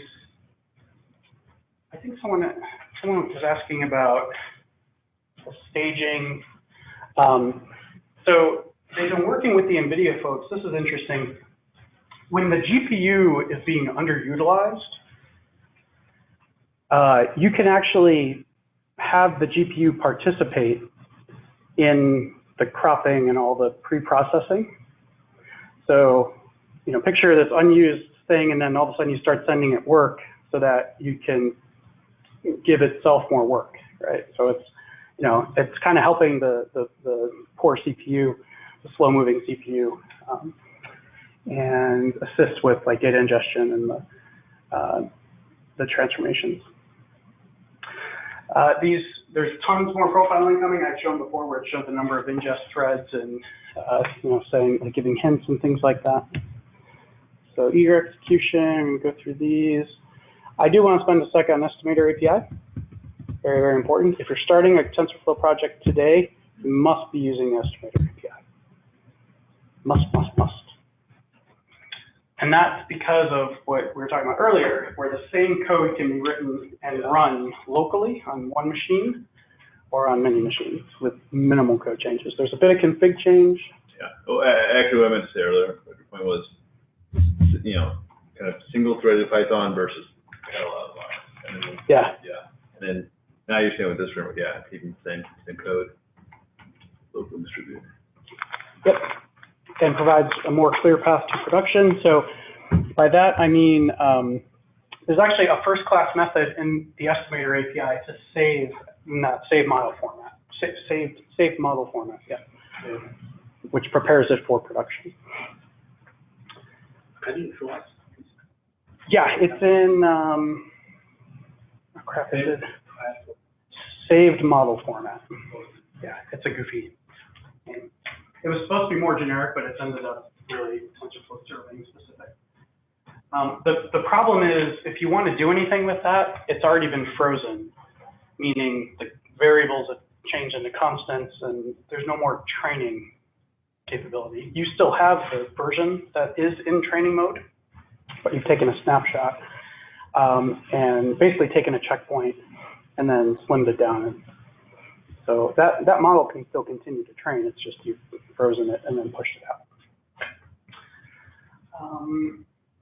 Do you have, I might be working with that, that's why I'm really curious. Did you have any actual file? Yeah, there's, so the checkpoint files are gigantic and have weird names and, things like that. The save model format is the graph in like protobuf format, and then the variables. And they're usually sharded. If they're large, they'll be in multiple files.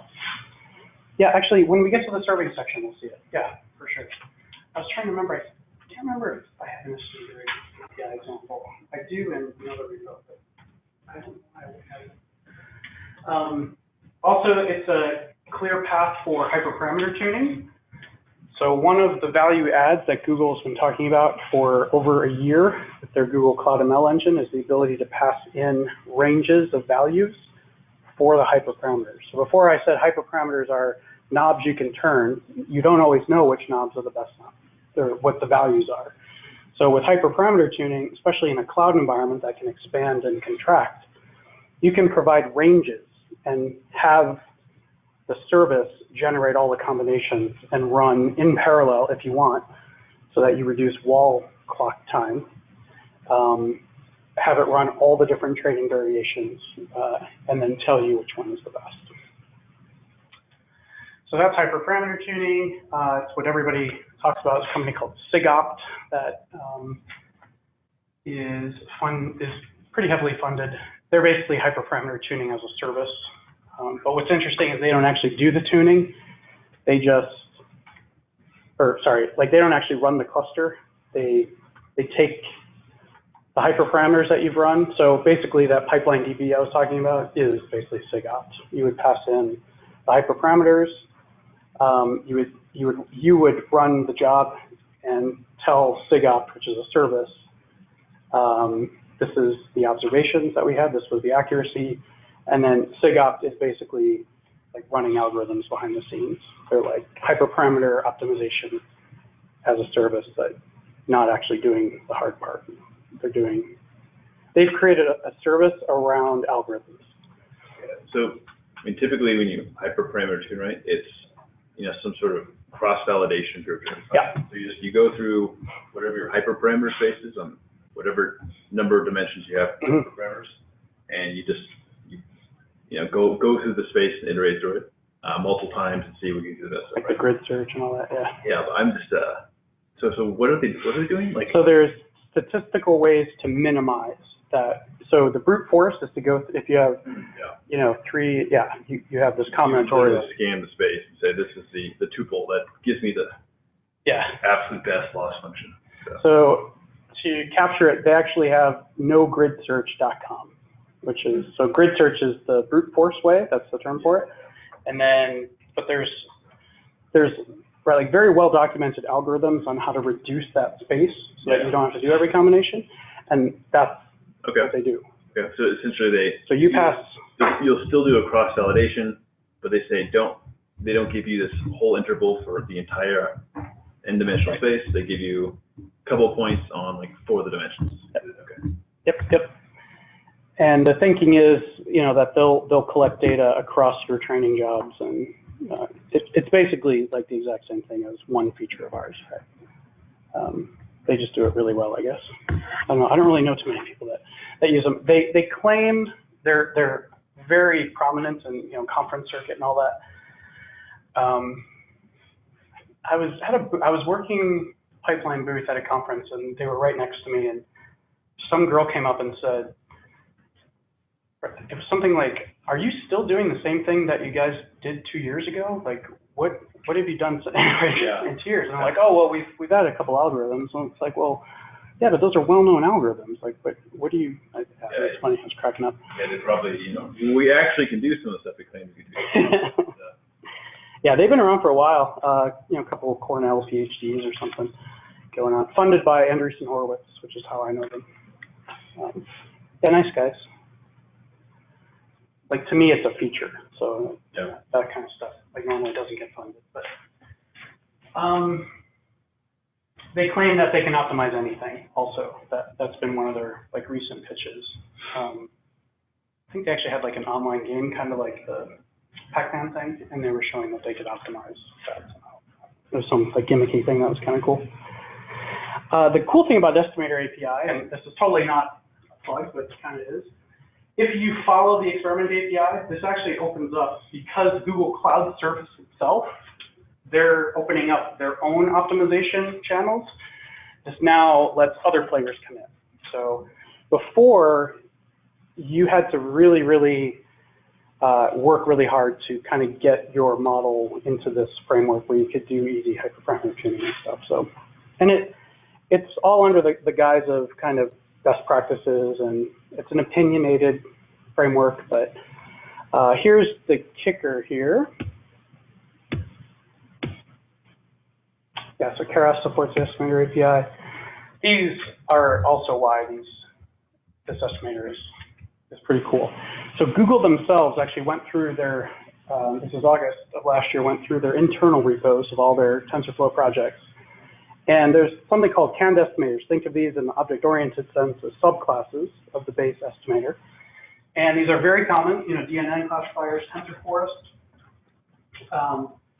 And these are pre-tested, pre-tuned. They've been contributed back. So I think it was 52% at the time, or 58% are of all of the estimators. 58% are actually canned estimators that are being reused. And then 42% people have kind of gone off on their own and built their own, because these canned estimators either didn't support exactly what they wanted, or they were being developed in parallel or something. So the good news is that, you know, this is going to reduce the complexity and just, you know, bugs and all the normal stuff that comes from having a nice framework like that.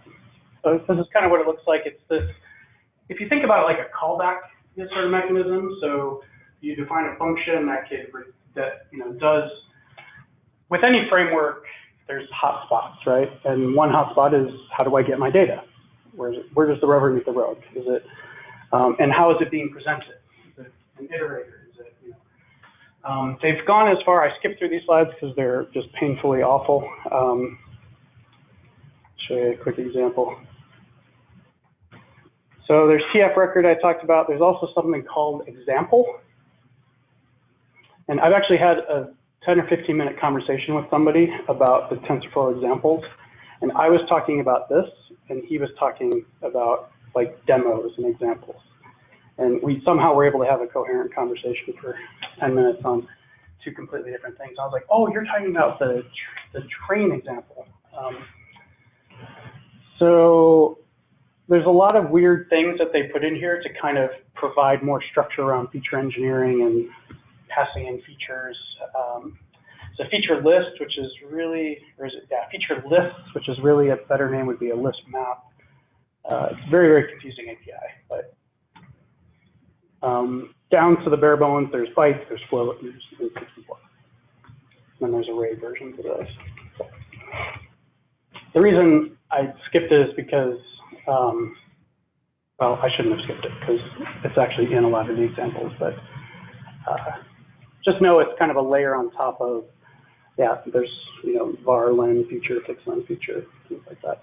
It's a layer on top of the raw TensorFlow types.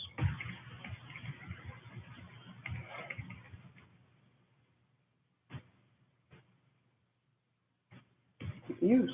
So there's that TPU estimator special. There's the cross-shard optimizer that wraps the normal gradient descent optimizer.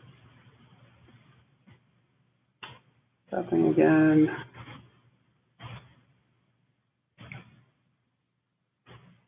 Yeah, there's that guy showing the like the matrix sizes and that kind of thing in the lower left, bottom right.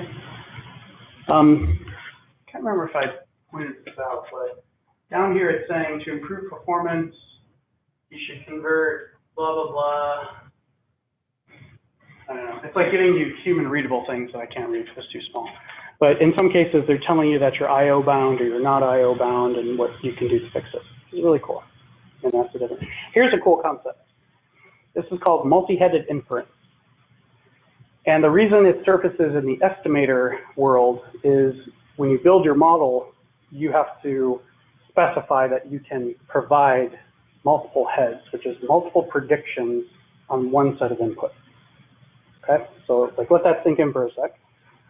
One pass through the network can give you two predictions. In like most cases, it's a human readable prediction, like this is a church or a penguin or something. And also, it's giving you that final like numeric layer, right? And like numbers are significant, right? Because you can do things, you can project them in spaces and compare them. And that final like numerical layer is then passed into another model. And so I was talking earlier today about composing models and for explainability purposes. And we see about, what was it, it was probably about a year ago now, there was a lot of contributions going into both TensorFlow serving and the estimate. So TensorFlow serving is obviously on the inference side, the estimator API is on the training side. And these things were going into the TensorFlow code base at a pretty rapid pace. So they had done whatever they did internally to, fork it or to keep it, or to prepare it for the open source. And then it all went in kind of around the same time. So I was always a little confused by this feature. I didn't quite understand, not until you go beyond, straightforward machine learning, then yeah, these ensembles can be composed in different ways, and you're essentially creating different networks, right, with every combination.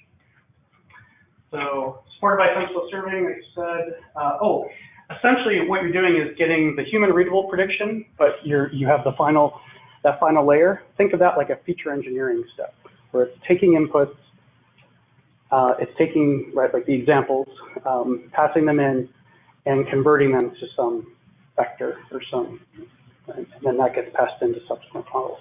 So pretty powerful, the ability to compose. And this is kind of where TensorFlow Hub is going with its modularity and stability combined.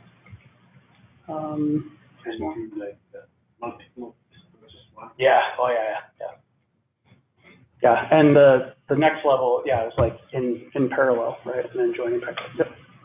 The old way of thinking, of course, like before you get to this level, which takes a bit, is you would have all this in one graph. And if you have a slight variation, it's a new graph, and it's another model, it's another model, and it's like copying and pasting versus like composing. Yeah, it's pretty powerful. This did require serving changes because obviously you now have multiple responses. What was always interesting, we'll talk about it in the TensorFlow serving, you always passed in a list of inputs and received a list of outputs. It's kind of when you're creating a generic API, you should always use lists, right? Because even if it's just one, you just have a list of one item. But yeah, so it was always interesting seeing, like, didn't quite get that every time. There's that concept before I was saying you train, drop it into S3 or HDFS, that then spawns another cluster, the evaluation cluster, and training continues on. That's good.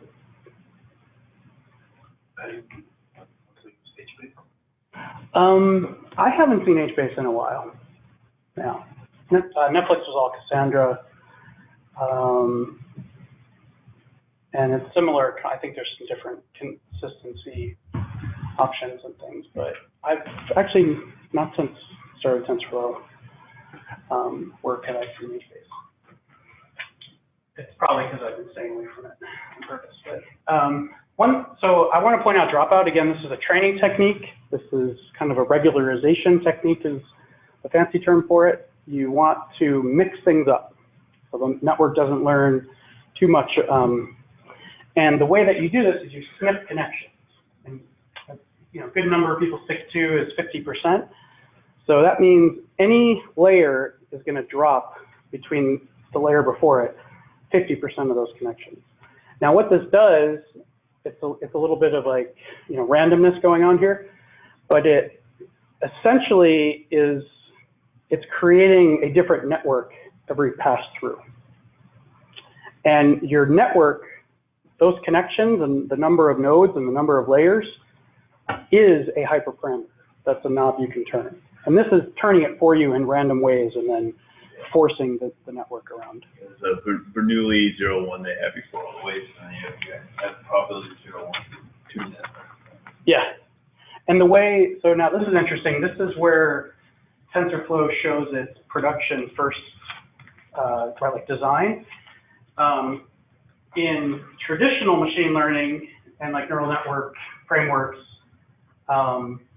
you were like literally snipping connections. And in TensorFlow, when it's doing this, it's actually boosting all those other like connections, which in effect is zeroing out. So like said differently, there's no post-processing step that has to happen. So during training, it's already built in. It's already prepared to be served in production. Right? I mean, last I checked, TensorFlow, it actually trained the model first before it zeroed out. I'm not sure if that's still the case, but it'd be way more efficient if you knew it was going to be zeroed. Yeah, I remember that. Yeah, I don't know if that changed. That's a good question. And like that's literally one line in the documentation because you know that like that's just how they think. They don't even know any other way to do it, but it's actually pretty significant relative to previous generations of neural networks. Okay. Here's your same model format. So there's the estimator API. You don't have to implement all these methods, by the way. You should implement at least the input function. Otherwise, you're not going to do anything. You can't train. But yeah, there's this nice utility called Save Model CLI. I think we actually have it in some of the later notebooks that can print out. And if you're just handed, you know, it's not likely that you're being handed a random model, but when you train your model and you are, you know, sort of, you like go away for the weekend, come back, and you can't quite remember how you did it, you can run this Save Model CLI. Like, now, you have this, and then how do you export it? Yeah, we'll get to that. And it's actually one of the notebooks there, so yeah, we can spend a little time on that, of course. So these we kind of already did. What's this? This is the debugger. The old version of the debugger was actually pretty advanced. I think it's using that Python click library or something. Supports a mouse too. Yeah, someone said it supports a light pen, which I'm not sure about that. I haven't had a light pen in years. But now it's visual and you can do it through TensorBoard. I've actually not used the new visual one, but it doesn't look very friendly. This is how you can step through the training. So before we were showing how to write logs to then look at it sort of passively within TensorBoard. This is like stepping like a real debugger, is the claim. Does it use the eager execution? Actually, you know, that's a good point because they came out around, see, the old debugger has been there forever. So I was always able to do it through the command line. And I just assumed it's hooking in the same, but yeah, you're right, because they did kind of come around at the same time. I don't know, actually. Okay. So we're going to talk about distributed training. This is kind of a fun topic. So the CPU acts like the Spark master, or the Spark driver, or whatever people call it these days. It's the controller, right? That's what the C is anyway, and CPU. CPU, so again, we said that we're storing the variables on the CPU, and that's good because CPUs have a lot of memory. These GPUs have 8 gig, 12 gig, 16 gig. The Volta V100 has 16 gig, which is nice. But it's nowhere near the 4 terabyte of addressable space for CPUs. So the variables go there. This is kind of a simplified distributed. This is single node, but it is distributed in the sense that it's multiple GPUs. So again, we're splitting, so one passed through the data, which is called an epoch, or epoch if you, I actually don't know which way is right. I think epoch is right. But 50% of the data goes to one GPU and 50% ends up on GPU 0 and then 50 on 1. If you have 3, it would be a third. So this is why you do multiple passes through the data. This is also why you shuffle, so that each GPU sees the data in a different order, in a different context. There's also mini batches happening here. So there's a slide on this later, or actually earlier in the Q section, I think, about capacity planning or sizing these batches. So when you're dealing with GPUs, you really have to be conscious of how many of those, like of that training data, like you can pass in per batch. So if you have JPEGs that are typically, you know, I don't know, 5 meg or something like that, you have to take your total 16 gig or 12 gig that the GPU can handle, you have to divide it into the average size, and then out comes some number, like 128 images. And again, that's on the high side. So that's, if the GPU needed no other like memory to do anything, you can then fill it up with data, but of course you have temporary variables that you're creating because we're doing backprop and doing a lot of stuff here. So the high side would be taking the raw 16 gig, dividing it by the average size. You would have to come down from that. So what's happening is each GPU is pulling in parallel, grabbing the data, training on only what it sees. It's doing a forward prop, but it also has the answer key. It has Y, calculates the loss, and then goes through the backprop and assigns blame to those variables that fed into that prediction. Out comes what's called a gradient, and that's laying blame. So in our case, it's W and B that we're learning. W and B, so like GPU 0 says, the data that I've seen in my portion suggests that W should go up by 0.1 and B should go down by 5 or something. So this continues, those variables get adjusted. The CPU is actually, the CPU doesn't know which like GPU is right, because it depends on what the GPU has seen. So it's just going to continue averaging, right? And it's these mini batches coming in. It's not the full data set because you can never fit that in memory, even in CPU memory. Okay, so this continues. The variables go up and down. When you decide to take a checkpoint or you run out of data, those variables then get saved as a checkpoint and then pushed out into production. There's one more device, and it's the XLA device, and we're going to talk about this next, which is a hint. So if you remember Project Tungsten by Spark, in early versions, it used to be an opt-in. You would have to go in and manually configure Spark to put you into this experimental Project Tungsten mode. And Tungsten would look at what your job is doing, and it would try to fuse together, and it would literally compile generated Java code on the fly. This project called Genino, I think is what they use. It would look at maps and filters and joins. It would figure out what you're doing. It would then generate Java code. It would compile it, cache it, and that's now the new class file that's used. So this is also essentially doing the same thing in Tungsten. You set a configuration in Spark, and here you actually assign it. Well, there's a couple ways, but the most direct way is to use a with context manager, the with XLA CPU. From here on, don't just assign it to the CPU, but also put it on the chopping block for JIT compiling.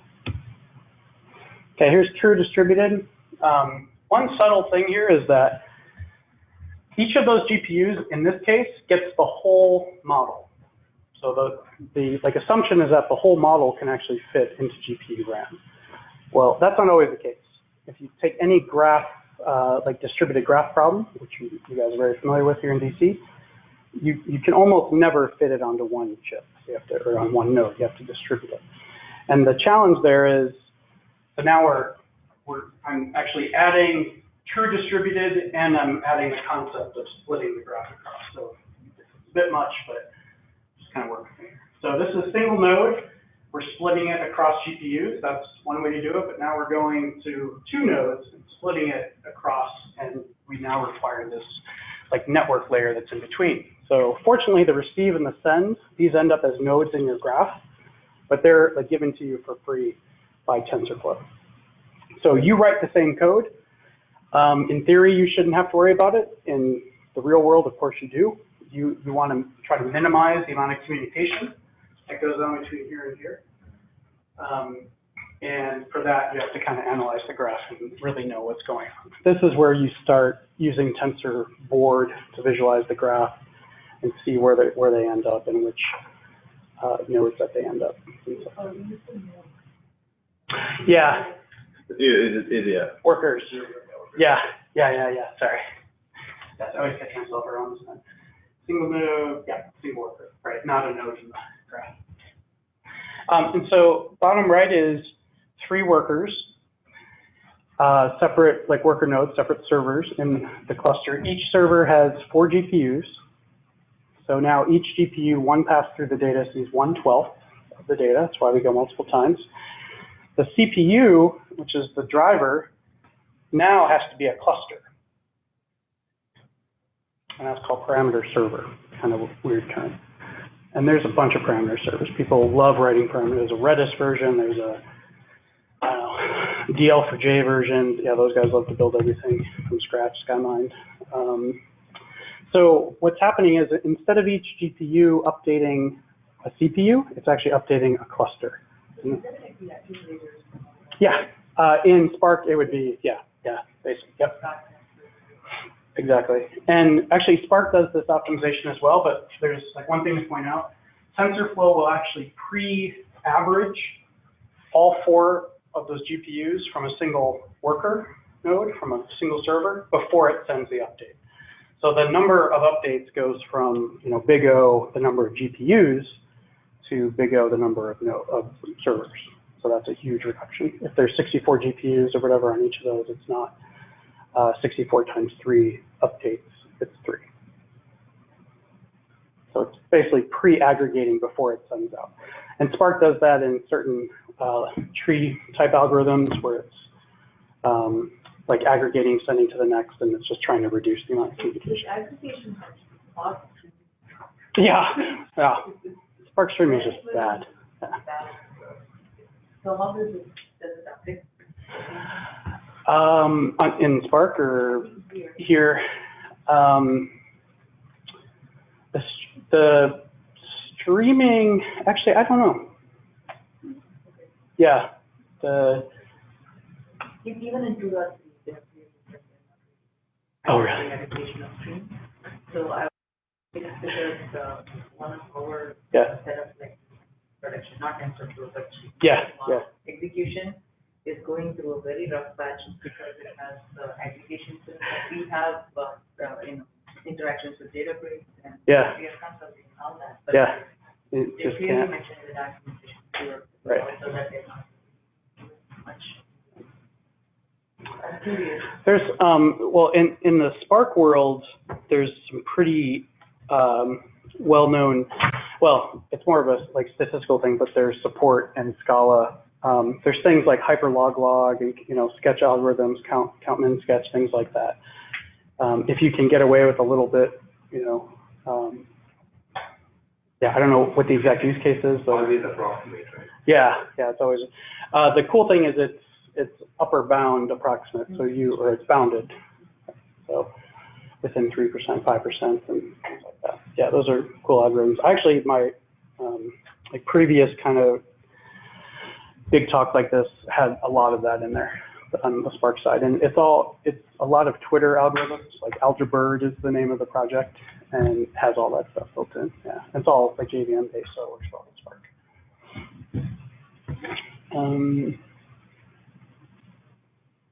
Okay. So there's these fancy terms, data parallel, which is pretty much what Spark does, and the CPU, GPU thing I was showing earlier with the same model or the same graph is deployed onto each GPU or node. And then there's model parallel, which is splitting it. It's just kind of a terminology thing. People like Facebook and very complex graph analytics deal with model parallel with public that normally doesn't. Synchronous and asynchronous. By default, the estimator API actually will use asynchronous, and this is important. This is actually like more important than it seems. If you're doing synchronous updates, so let me show you the simpler thing here. This CPU won't broadcast out the updated version of those variables until all GPUs have reported. Okay? In an asynchronous world, if GPU1 is stalled for some reason, and there's a hardware reason, it's too hot, and these GPUs actually slow down on purpose, which sounds like a lawsuit in the making there, but these GPUs could just get unlucky and get a bad batch of data, and they're crunching. And this is more common when there's a network involved. So when we're dealing with this kind of case, where maybe a network partition hits or Latency Monkey comes in and is testing your timeouts and things like that. So if you're set up for synchronous, you cannot continue training until all of those GPUs and all of those nodes have reported. Okay? In an asynchronous mode, you can actually, I've seen some code that actually has a little like window of time, like within, if it's 200 milliseconds, then it'll continue if it can get a certain percentage.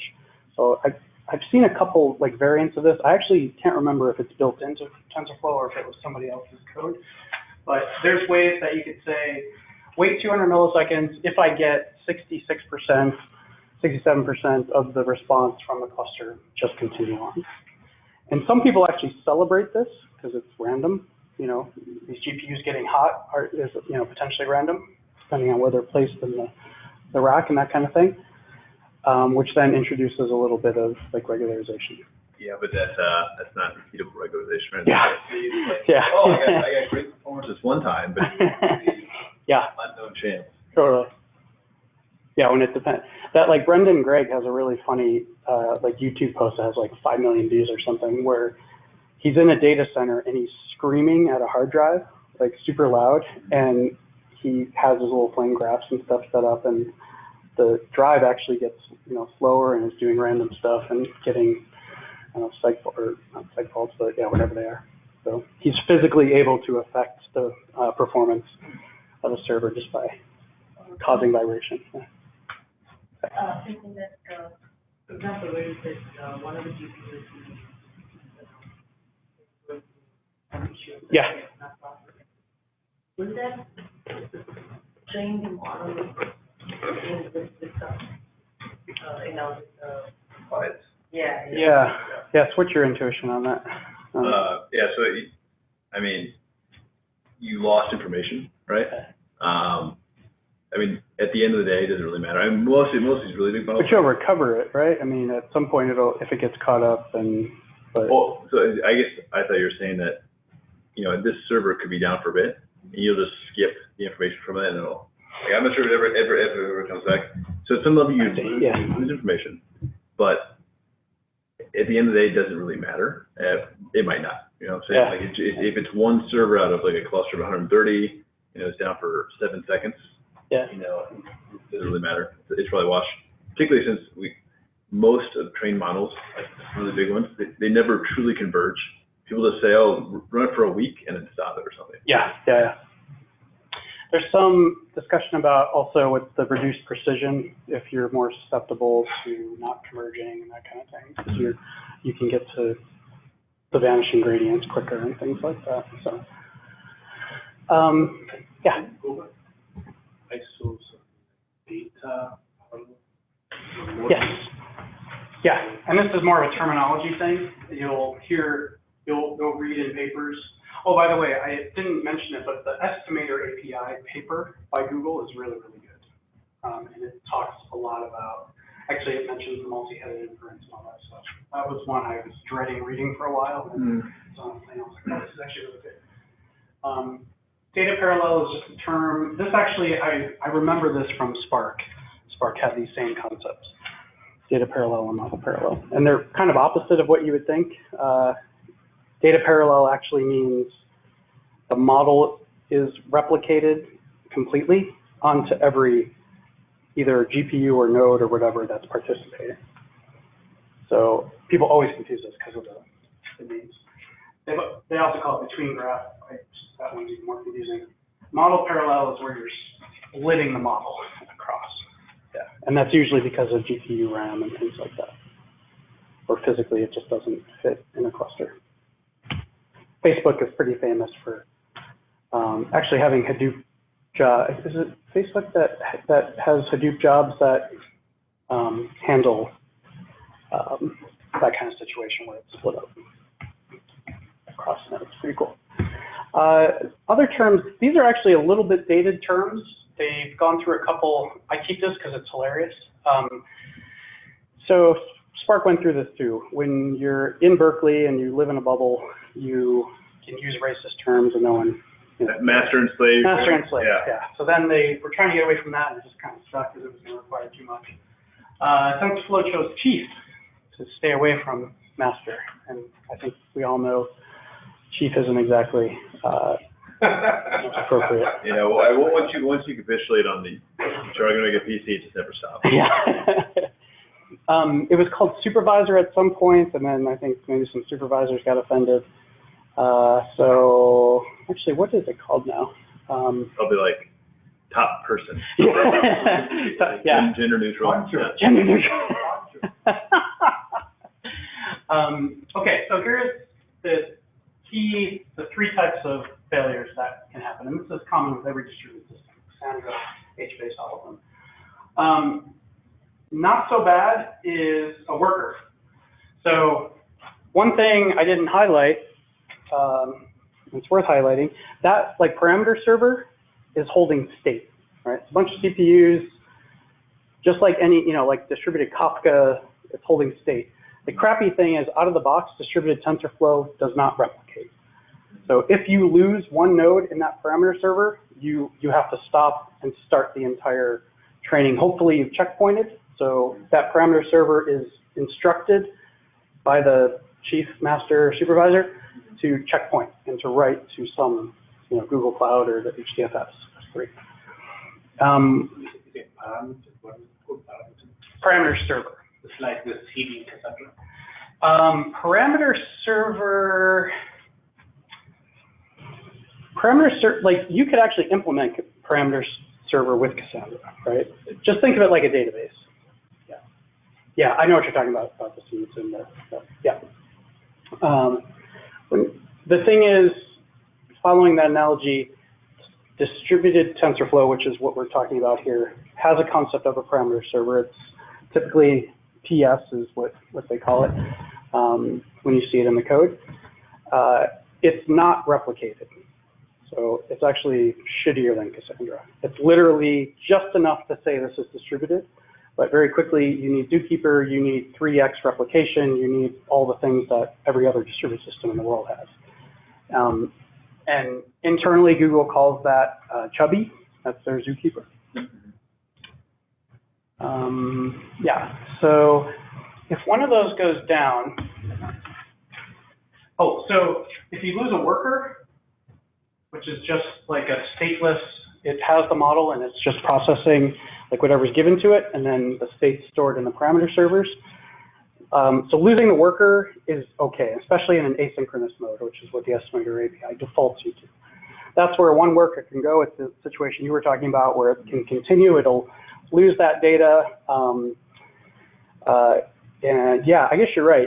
If you, there's no notion of like well, I guess when that node spins up, I mean, it's just going to be. Well, I guess the DAG is still there, so maybe it might go and do it again, but.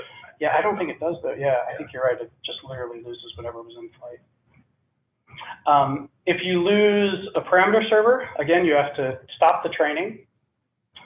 The chief master supervisor is a special type of worker. Typically actually doesn't participate in the working because it has enough to do on its coordination and supervising and chiefing and master slaving. So it's kind of hanging out here telling parameter server every number of batches to dump to checkpoint. It's also detecting that this guy went down and it's instructing Kubernetes or Mesos or insert orchestrator here, like Docker Swarm, spin up a new one. If it loses parameter server, it's this chief's job to know that and to halt training everywhere. So all training has to stop. The problem is if you lose the master, now what happens, right? Classic. If you Spark master, if you lose EMR master. Can you? That's it. Okay. You have to. Because there's a point in time, if this master just starts back up, there could have been a parameter server that had dropped. Yeah. And now, it will likely be able to, it's going to ping everything it knows about. Yeah, But, wouldn't you have like a console or something that running on top of the parameter servers? yeah, you would think. Nothing. You get nothing. So, You get a $300 credit to Google Cloud for you to use TPUs. But, like TPUs handle all this. So, the sparse master, I mean, yes, the master, what you're saying is like the very, Right. Yep. talking too much of master space. I know. So, but the master actually is like a master where you can actually get the UI or see what's going on. You can connect to the web port, and yeah. Now, like that, TensorFlow, is also having the same thing, and Tensor board would be the closest. I'm trying to think. that highly available. See, the one situation is like you're running, for example, something kind of an application. Yeah. If that is gone, right, your job would be running, but you wouldn't know what's going on. So, and I probably should have said this earlier, the streaming stuff in TensorFlow is brand new. That like Kafka integration just came out, and it like wasn't even working at first, and it was pinned, I think it was pinned to like an older Kafka, I don't know, it was weird, so like need a little massaging. Tensor board is able to monitor, it's just looking at the file system. So assuming, and it's the chief that's writing all the logs. Okay, so at one point we thought each of these would be writing logs to HDFS or some shared file system, but it's really the chief that's writing it. So if you lose the chief, you have Tensor board started up and pointing to whatever that bucket is or that HDFS folder. Yeah, TensorBoard will auto-update. It's like a poll mechanism, and it's really, really slow because it's literally scraping log files. There's now support for SQLite, or there's a little bit of SQL support, and they have SQLite's the first because it's super lightweight database, but it's a path to getting to more highly available databases and being able to index. That's the key. Right now, it's like literally it's super slow. If you hit refresh like manually within the 30 seconds, it's just like, oh my god, is this thing even working? So, right, like internally they have a lot more dashboards, right? So, I'm trying to think if the TPUs, we spent so much time on the profiling that we didn't even really. No, it was slow there too, yeah. And those log files were pointing at a Google Cloud bucket, and it wasn't fast yet. But that's more of a Tensor board issue. That's the way it was designed. Ooh. This is where it gets kind of cool. There's a paper came out in October, I think it was, at ICML. I flew to Sydney for this. It was fun. That flight sucks, by the way. Yeah, how long is it from here? 16 hours from San Francisco. I'm sure it's like 20. 20? Yeah. Oh god, that's horrible. This has Google's name all over it, TensorFlow, Google Brain, Jeff Dean. This is a paper about device placement. So this is the general concept. Up till now, I've been showing where we're explicitly saying CPU : GPU : If you just let TensorFlow do its thing, it will literally, like pretty much almost always choose a GPU, and typically it chooses one GPU, even if you have a 16 GPU machine. It's that thinking, it's kind of like Spark. It's like, why would I want to introduce like any latency? I mean, it's not really network latency because it's on a single motherboard, but if I can get as much out of one worker or one GPU, I'm just going to slam that thing. And, most of the samples we're trying, that's good enough. But what you really want, especially in a network condition, where there's all kinds of conditions that can be happening, network partitions, network slowdowns, people streaming Netflix, screwing things up, whatever. You can actually route around. And so the paper was about using reinforcement learning, is like all the buzz, to sort of explore and exploit different like network conditions, or sorry, different like device placement strategies. So maybe in, about an hour into the job, it actually makes sense to use this cluster of CPUs because these GPUs all of a sudden are, hot and slowing down, and So the ability to kind of dynamically route around, and like this is for really long running jobs. This is for, 2-week jobs and that kind of thing.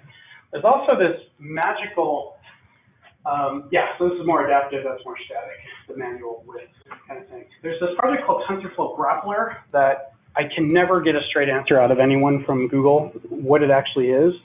Not because they're hiding anything, it's just, it seems to be so many things. It's device placement, it's, what was the other thing I just found out? There was something else that my performance buddy was telling me. I was like, I've never even heard about that.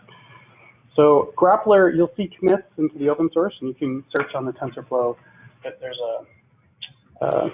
like a whole directory for it. No documentation, of course. Yeah, it's kind of this like, I mean, it's real, it exists, it's used by the code. I just don't exactly know.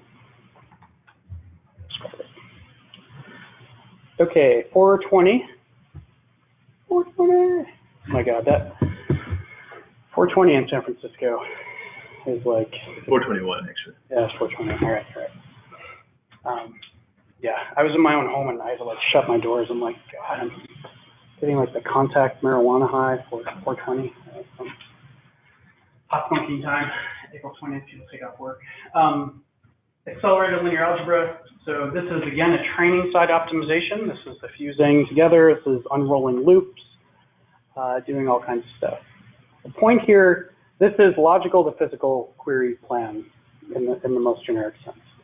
Taking what the human who wants to be flexible and human readable, think of it like you're like writing SQL, but you're writing TensorFlow code. It makes sense. It has matrix multiply in the name, down to some intermediate representation, right? It's commonly called an IR. And these hardware vendors, in TPU's case, it's Google. In Cerebras, it's Cerebras. These hardware vendors need to plug into this. And this is what I was saying, this is a fairly new framework that all of a sudden popped on the scene. And how you know that TensorFlow is going to be successful is these hardware vendors are flocking to it. And once you have the hardware support, you're in good shape. It also helps that Google, has Android and the ARM and all that stuff. So the goal is to let the TensorFlow people do TensorFlow human readable, but maintain performance. Some of you might be familiar with LLVM, which is a project out of Apple, which is essentially the same thing. And so you're like, why isn't TensorFlow using LLVM? And actually, TensorFlow XLA does use LLVM. So they have an intermediate representation before another intermediate representation. So think of this as like an optimized logical plan, and then it goes to the physical plan. And so Google didn't want to have to rewrite everything because now it's target specific, whereas TensorFlow itself is more source specific. And as long as they can get it into HLO, which is their syntax for this, it's called high-level optics, their sort of optimized plan, from there LLVM takes it the final, the like actual last mile. Fortunately, there's support for NVPTX for GPU and ARM and x86, so that's good. Some numbers. We're going to talk about this next. So this is everything. This is JIT on the training side, and this is, so it's called JIT because as we're training, we're actually optimizing and fusing.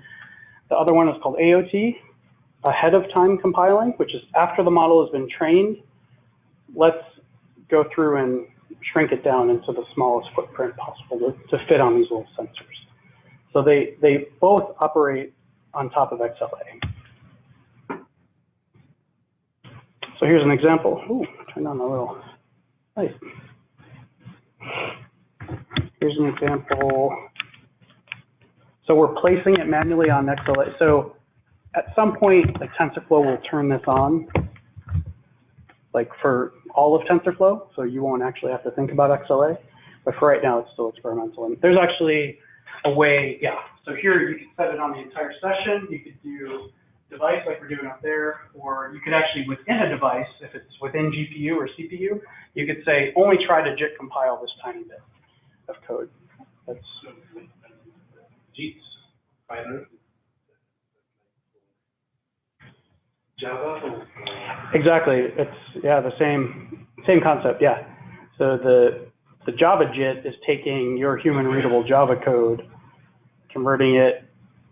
It's already converted into bytecode during compile time, then it's compiling it into C for whatever target that you're running on, yeah. And as it sees more and more of your application, it can, like, just-in-time compile and create the assembly, yep. And that's what you see here. This is actually kind of a mythical debugger that no one's ever really seen. Jeff Dean had at a conference, and everyone was like tweeting about it and stuff. But it's some internal debugger that they have. They can actually dump out the instructions. So this is unrolling, I think, x squared and making it more optimized. Okay, I'm going to skip through these. These actually are kind of saying the same thing. I'm just going to swap out the other slides. All right, this is the JIT in action. This is that thing we showed before. I showed with the Chrome tracing. Afterward, we're fusing them together. It's one operation, which requires one memory movement from CPU to GPU. All 15 of those operators happen at the same time, and then that block of data is moved back. And that's, you know, the 10x gains, instant gains that Spark talks about, for example, by fusing together all those functions.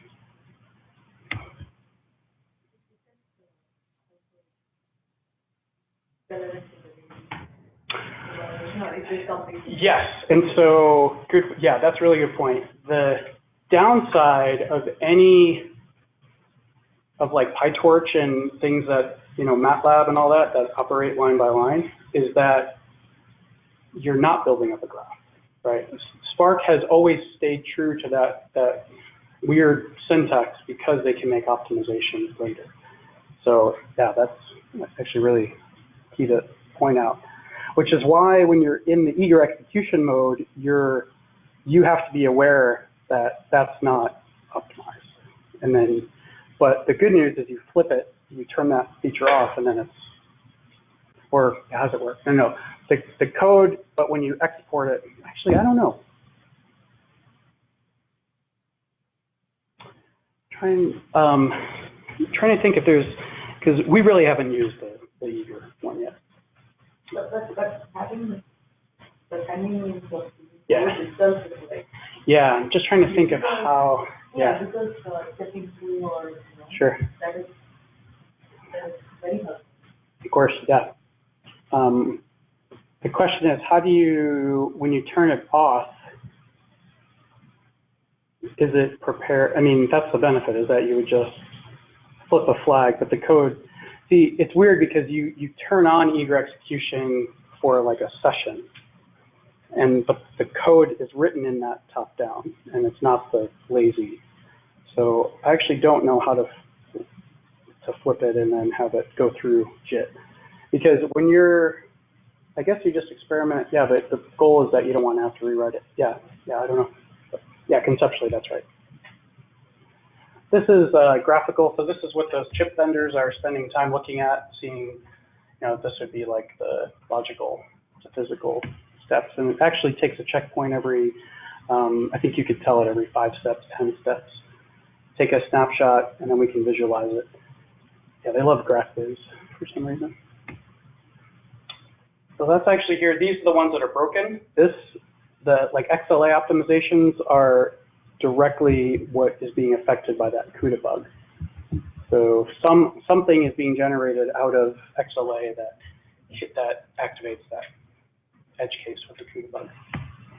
So instead of holding up the release, they actually disable it because TensorFlow feels it's better to prevent you from getting into the situation than having to debug this a million different ways.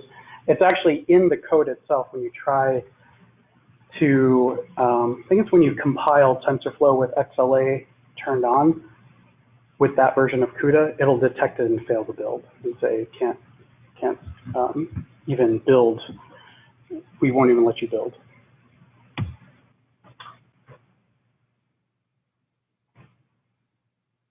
Yeah, the key here is the dispatch. So if you can fuse 15 functions into one, the JVM is a very clear example of this because it's doing a lot of virtual function calls. So if you can create one function, one method, Java method, that's, you know, one one set of, you know, like stack frames and all that kind of good stuff. All right. So from this point on, it's going to be optimizing, optimizing after, so post-training optimizations. So I'm like always in the situation where my favorite part of the talk is 30 minutes. This is what all of what Pipeline does, but I guess in the beginning I already talked about it. So AOT, so this is ahead of time. So this is something that we don't really have in the Java world, right? There's not, well, I guess the compilation itself, I guess, is kind of an ahead of time. So this is, it was traditionally called TF compile and actually still is called TF compile. They've rebranded this as TensorFlow Light, and parts of it have been pulled out. So to kind of fit this light thing. This does not come from a pip install. This is a C binary that gets generated when you build from source. And this is what you actually give it the graph, give it the input, give it the outputs, right? Because multiple outputs, right? Multiple heads. And it'll create a .so C library that can then be linked into your code. The one crappy part is there's no GPU support. And I always wondered why there wouldn't be GPU support. And of course, there's TPU support, right? And there's x86 support. It would take the NVIDIA folks to come in and do this. And actually, the NVIDIA folks do this, but it's that TensorRT project that I mentioned. It'll take your TensorFlow graph and essentially do this. Fuse together layers, right? Things like that. Okay, a couple experimental slides there. Graph transform tool.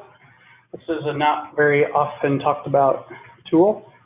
The summary here is you can go from that to that, or sorry, this is the problem that it solves. It goes from that little graph to that big, complicated graph, but we actually want to shrink it down. And you have, you know, these, so like this would be like a sample. So again, you're passing it the graph, you're passing it where to start, where to finish. You're telling it a file name for the optimized, so that's unoptimized and optimized. You give it a bunch of transformations, and there's a whole page on this if you Google graph transform tool. Some of these things have been rolled into the saved model format. Some of them are domain specific, like quantizing. They don't want to make an assumption that you're going to drop to 16 bits, but they give you the option. So here's an example. We're going to kind of manually strip, and this is all actually in those notebooks, but I have it here for time's sake. Let's talk about the quantized stuff. So again, I was saying before, if you want to go from floating point 32 down, let's say the extreme would be to int 8. That's actually pretty easy. You can just linearly quantize. You just kind of shrink and try to, you know, preserve that distribution. So that's easy. You're going to lose some of your dynamic range, but that's okay. This is benefits of, yes. So I mentioned before that 32 bits can actually do different combinations. It could do 2 16s, 4 8s. So here's an example, and this actually showed up in the Pascal, the P100. Is this compute capability is how the NVIDIA folks talk to each other. And instead of saying Pascal, they talk about compute capability. So Volta that we're on today is 7.0 and above, 6.1 and above. So it looks like even 6.0 didn't have it. The original P100 version of CUDA did not have it. Actually, the compute capability is a hardware thing. So it's the model of chip. And usually they do these dot release, these dots as the consumer version. So the first version comes out, it's the data center version, it's 150,000, blah, blah, blah. Then they release the one that works in his gigantic laptop and like Alienware, you know, yeah, desktops and stuff. You had to like knock it one more time. I figured I can run all this on my. Yeah, yeah, probably. Yeah. Do you have the NVIDIA GPU? Yeah. Yeah. So this is compute capability 6.1 and above can actually do this 4-way dot product. So this is something you would want to do, especially when you're going to serve the model, which is what we're preparing for here, because this is post-training. Quantize it down. So now we should see a 4x speed up just on the GPU cores itself, separate even from the tensor cores.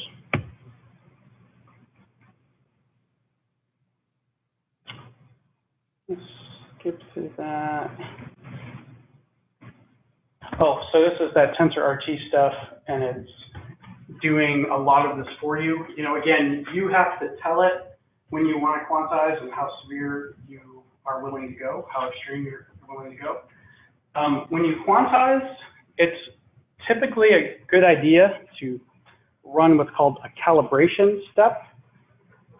So typical, you know, you don't want to just quantize and then ship it. Like you want to kind of quantize and make sure it's okay, you know, kind of validate.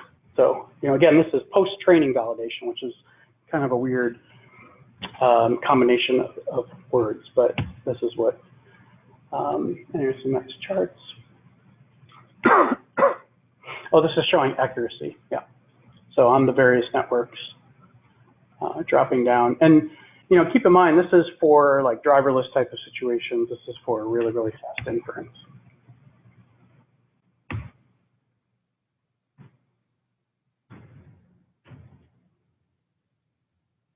Okay, getting into the home stretch here, TensorFlow serving. So the original TensorFlow serving just had predict. You passed in inputs and you got outputs, and it didn't have anything more than kind of lists going in and a list coming out. And it was up to you to actually apply the schema. Then they added classify, they added regress. There's no cluster. This is more for actually getting rather real-time predictions.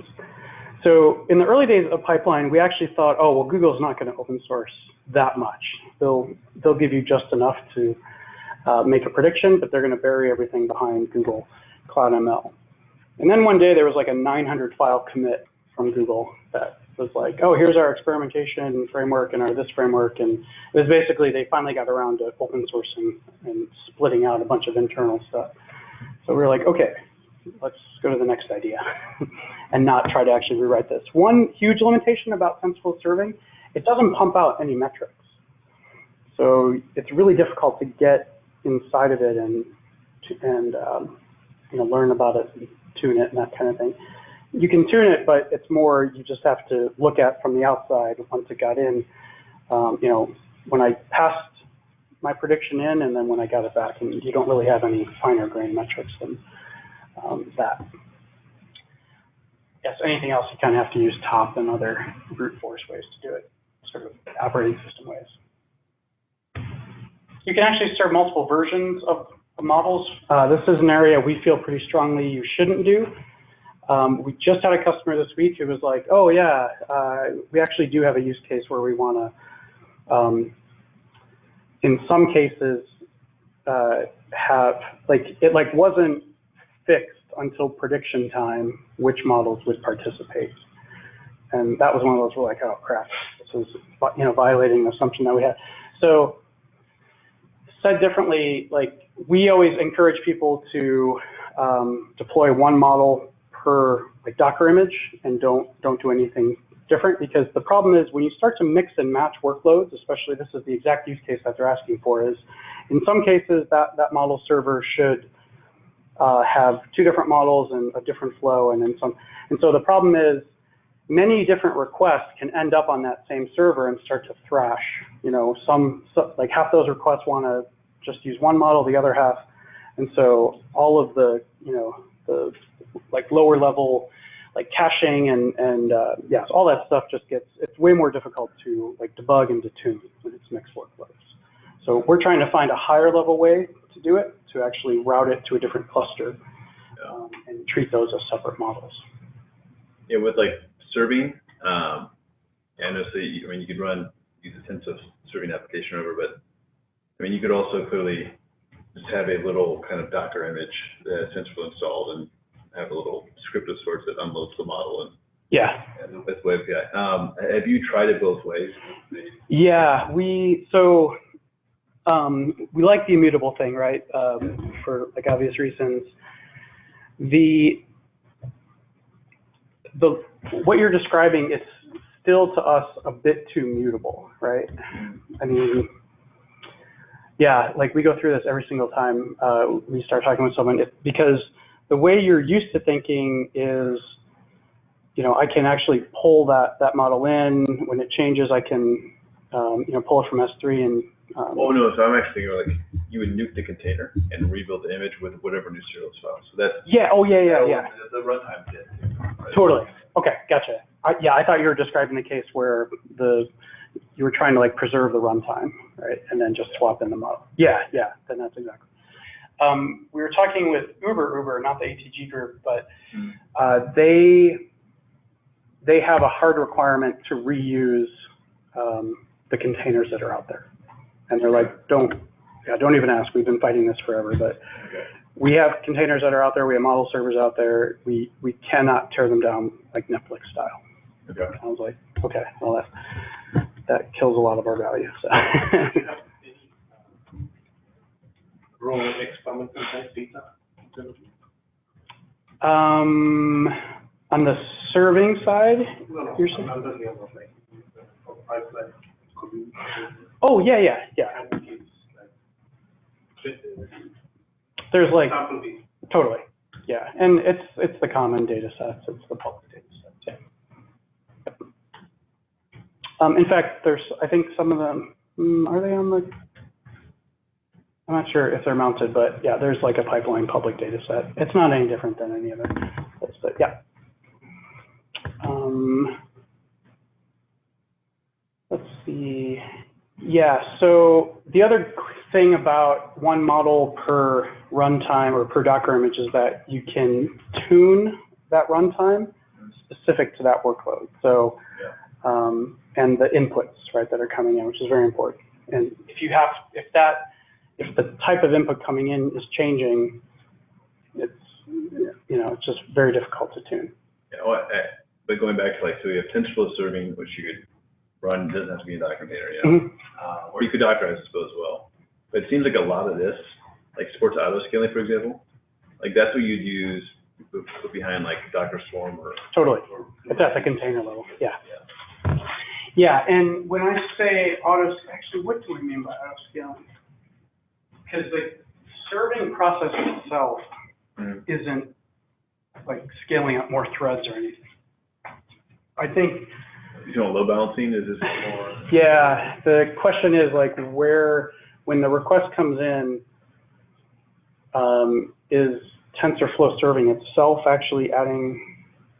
Yeah, so I mean, this is great if you're only using TensorFlow. I guess from someone who's you could create a platform like you guys are, or we're trying to do, I suppose, as well.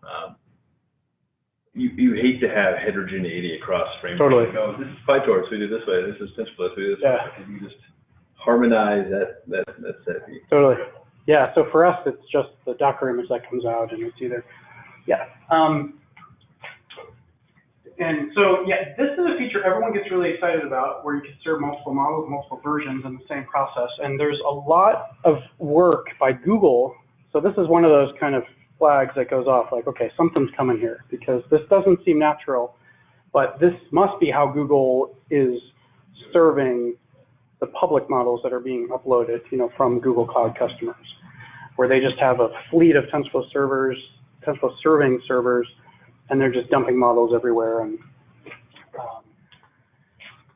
yeah, this is also why you don't, this is one reason, or this feature of TensorFlow serving and of Google Cloud is one reason that like we don't like Google Cloud for this purpose is that you don't have a lot of tuning capabilities, and you're kind of limited because you can't really tune something that's just being mixed everywhere, right?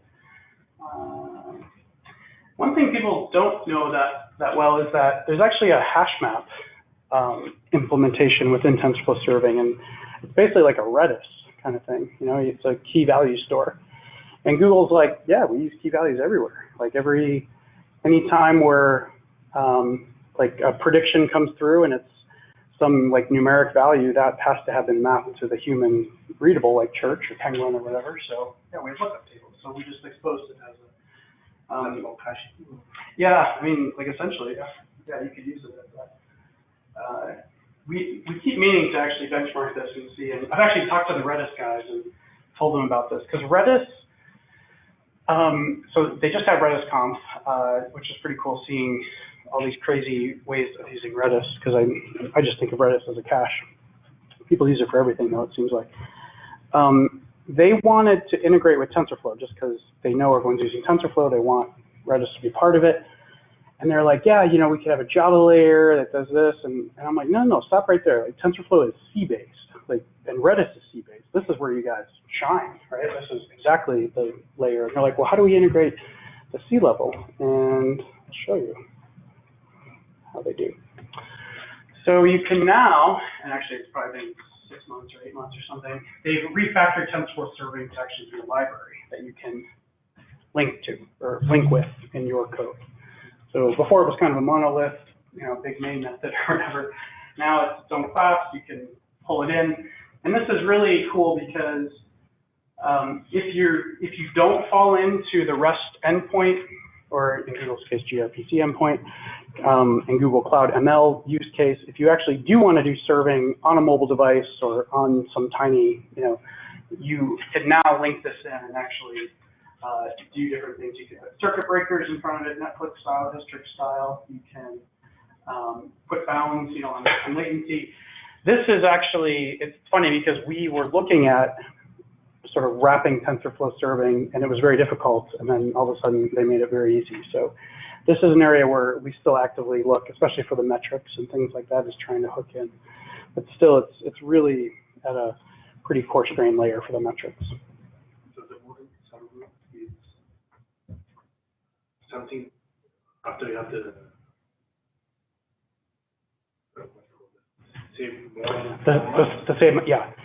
You start up TensorFlow serving and point it to a directory, and you then place the save model format. In fact, if we have time, we'll just run through it real quick. Into that subdirectory with a number, and it has to be an integer. It can't be like alpha. And anytime you drop a new, this is TensorFlow serving's default behavior. Anytime you drop a new version, it will detect it. There's a file, there's a path watcher and file watcher. Okay.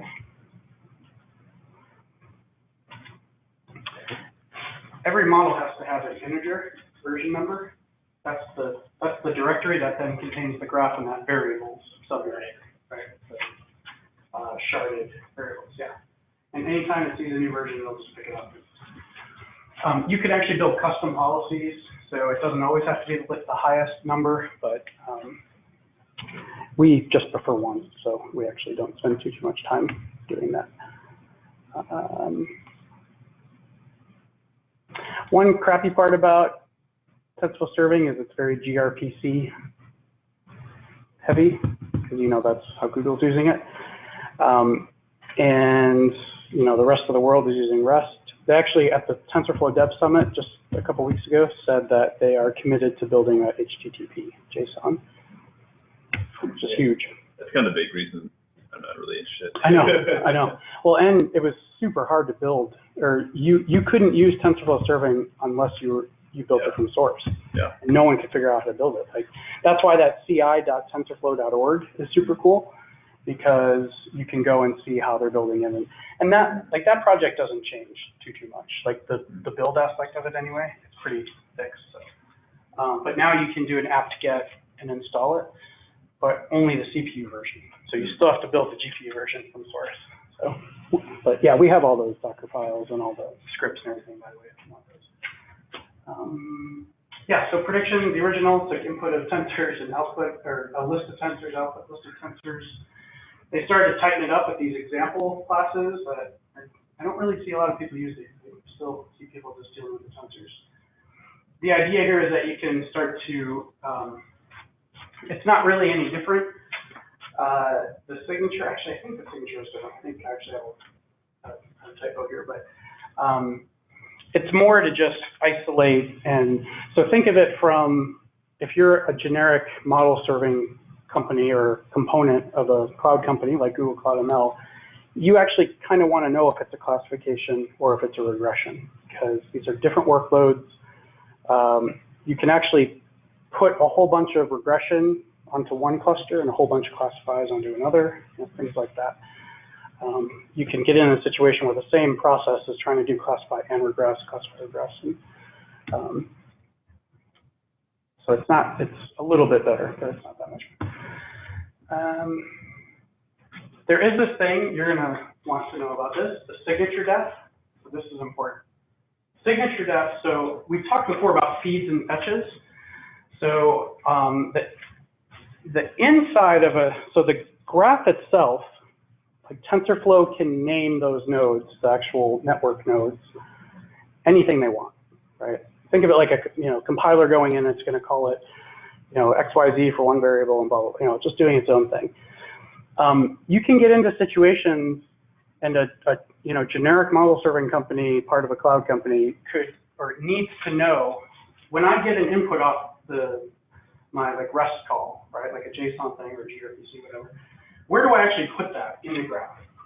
And so that's the hard-coded internal name, and this is the logical non-changing name, okay? So I'm kind of explaining this out of order from the way I normally do it, but the graph itself has physical names that could be gobbledygooked, and the general model serving company or component needs to know just, like a logical name that'll always be there. So the early versions of TensorFlow serving actually didn't have this. If this thing changed, and this value is controlled by the TensorFlow training side, if this value changes, it would break the serving code. So this is generic. This is like, I know there's going to be something called inputs, I know there's going to be something called outputs, and that's what I'm going to deal with. And so every training run, you have to build what's called a signature def, and it's just a mapping. Yes. All it is saying, because you know the gobbledygook's name at training time, you can map it. And then that gets put into what's called a signature def, and this is what TensorFlow serving uses, signature def. It used to actually use the tensor name. It was changing too much. And I could picture internally Google TensorFlow serving people like, hey, why are you guys making our life more difficult? And they're like, well, we need this because this and that. So they're like, all right, let's build a mapping. Multi-headed inference. So it enables model composing and ensembling.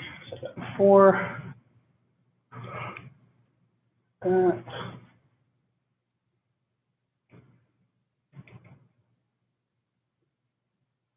Okay, it's one of the final slides here.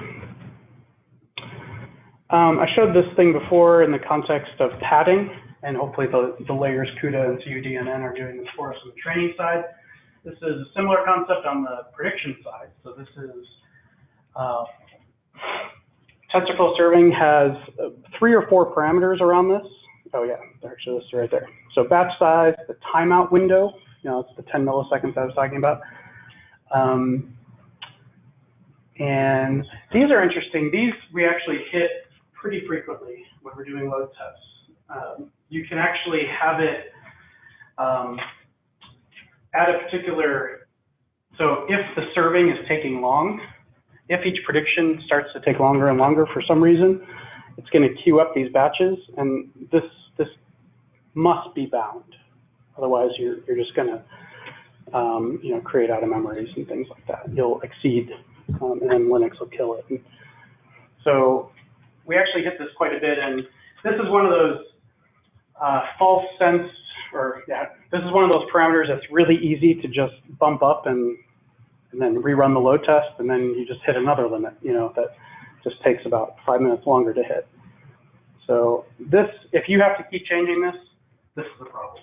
This means something's going on that you're not expecting, or you have to scale out or something. So this is something that it's very easy to set. It's one of those things that we're having difficulty actually monitoring because of the lack of exposed metrics.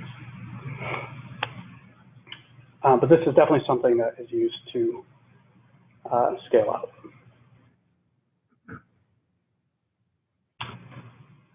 You want to be careful with your batch timeout window too, because it's that same problem where especially if you're predicting with GPUs, if you're doing GPU-based inference, you can only fit so much into those GPUs. So you don't want to build up a matrix so big that it just doesn't work.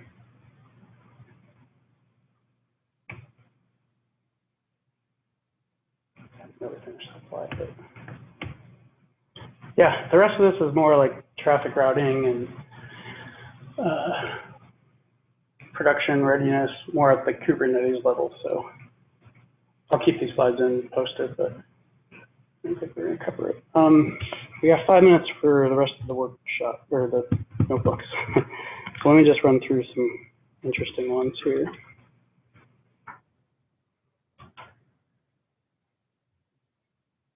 Any questions? You guys worn out? So you are actually using TensorFlow serving? Yeah, I mean, for TensorFlow models, we definitely prefer that, for sure. It's so funny because every single person that we work with, customers, users, open source people, they're all serving TensorFlow with Python. So they're all calling that session.run. So they've built some shitty Flask app. Yeah, this is very familiar. Yeah, so we actually registered noflaskapp.com. Like the no grid search, yeah, we took a look. Yeah, so no Flask app goes right to Python. And that's the absolute slowest way, right? Because you're pickling and you're doing all kinds of it's like the equivalent of feed dict on the training. One thing you can do to get like instant boost is actually call run. There's a way to get to the C code directly. So like with PySpark, you can actually like get to the Java function directly and just call it. Like not a lot of people know that, but meaning you can do like, I don't know, whatever it is, like session and do underscore Java dot and literally invoke a Java method with something. And so you could do something similar on the Java or the Python, the TensorFlow Python session.run. Well, okay. But yeah, I'm trying to, actually that just gets around the overhead of calling the run. You still have to pickle. Yeah, and it's not that much. It's about, I think it's like 100 nanoseconds or something. But if you really want to be sweet, that's what you do. What was I looking for? Or no, my browser was all jacked. Did you? Yeah, you were engaged. No, okay. I like it. It's not too theoretical, it's not too critical. Yeah. I'm more hoping the code is just, you're talking about the stack, right? Trade-off here, frameworks, do this and that. And yeah. There's a lot out there. It's just that. Did you like my Databricks bashing too? That's always appreciated, I feel like. Databricks what? Bashing. Yeah. People like that. I've only used them for the free notebooks in the past. I never actually had to deal with Databricks on it. It's so funny. It's like when you grow up and realize that you're way more like your dad or mom than you thought, you know? Yeah. Because like literally every decision I've made, I'm like, oh shit, that's why Databricks was doing that. You know, the hybrid deployment to the community edition even, you know, that was a huge uptick in engagement when people, and Jan Stoica, the original CEO of Databricks, was so against that. He's like, it's too costly, blah, blah, blah. And they just reached a point where they were like, we need to get people onto this thing and using it. And then, you know, and like early on, it was a pretty shitty product. Right? Now it actually looks good. It was. Go to AWS Innovation. Yeah. They bought. Who does Databricks? Gets your email and all that. Yeah. Well, I said Databricks originally was like, here's a step with Spark install. I gave them my email.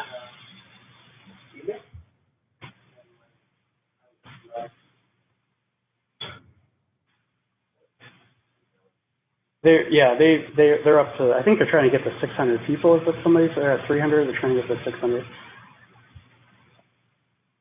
And it's all salespeople. Yeah. I know there were 30 when I was there. Ireland? Oh yeah. Yeah, what's that guy's name? He reached out to me before he joined, and I was like, my advice to him, because they were probably 70, 80 people at the time, was if you're not in the office every day, you're fucked. Like you're going to be talked about, you're going to be thought of differently. And so I was like, my only suggestion is Just tell your wife you're not going to see her for the next 6 months, and just move to San Francisco. Otherwise, you're going to get left in the dust. Had some problems early on.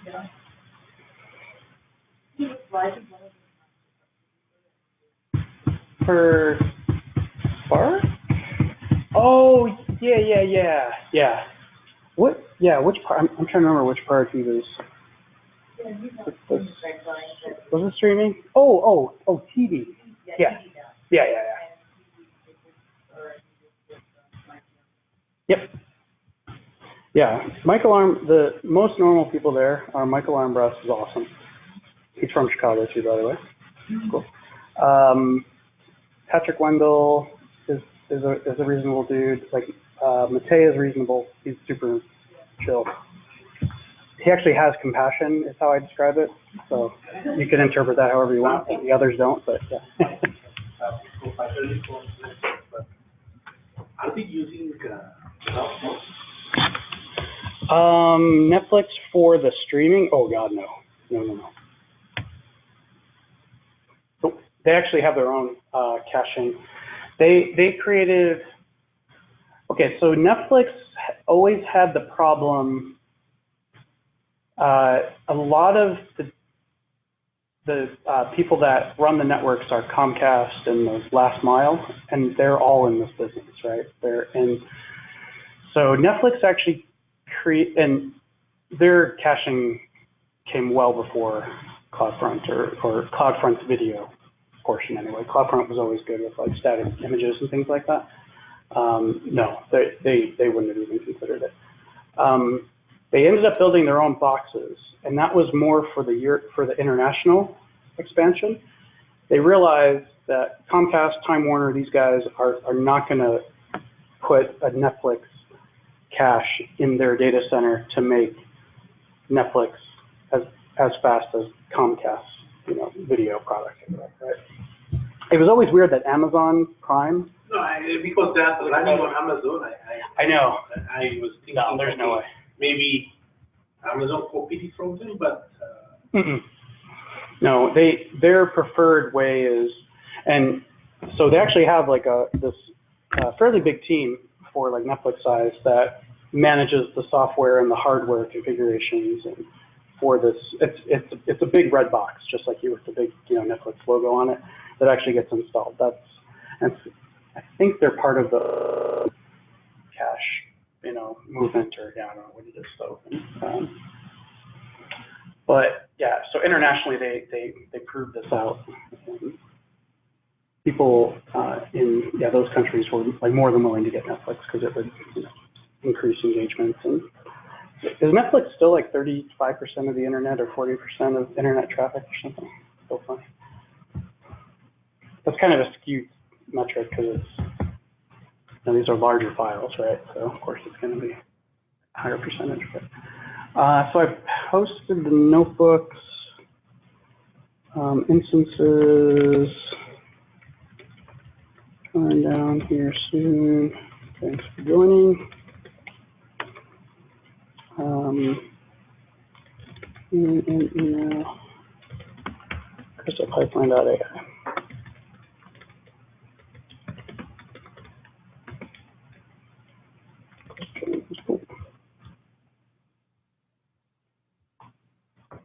All right, I was going to show the signature def stuff, I think.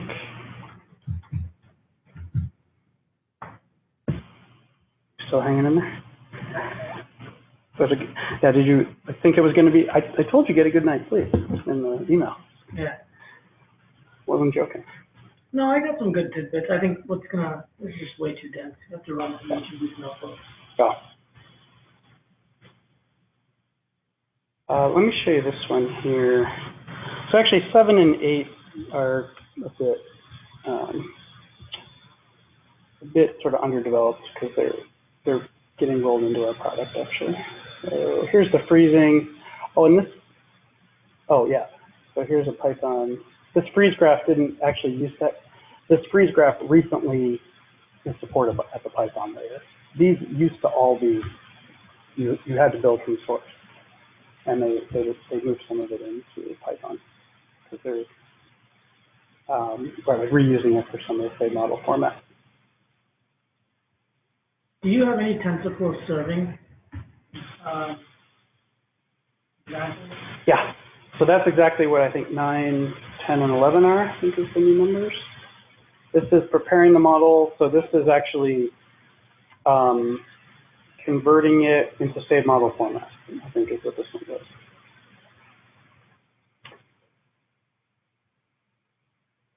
Yep, this is the signature def business here. So from 9.5 down is you have a trained model, you could follow the steps up to it. And yeah, this is all on the community edition also. So you can go to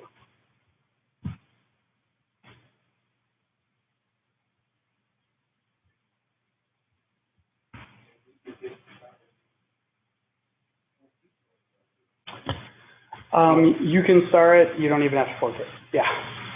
It's $1,500 in my pocket from the VCs. Yes, only what, 60% of that, 65% of that's actually my money. They take the like 35% or whatever with blood sucking VCs.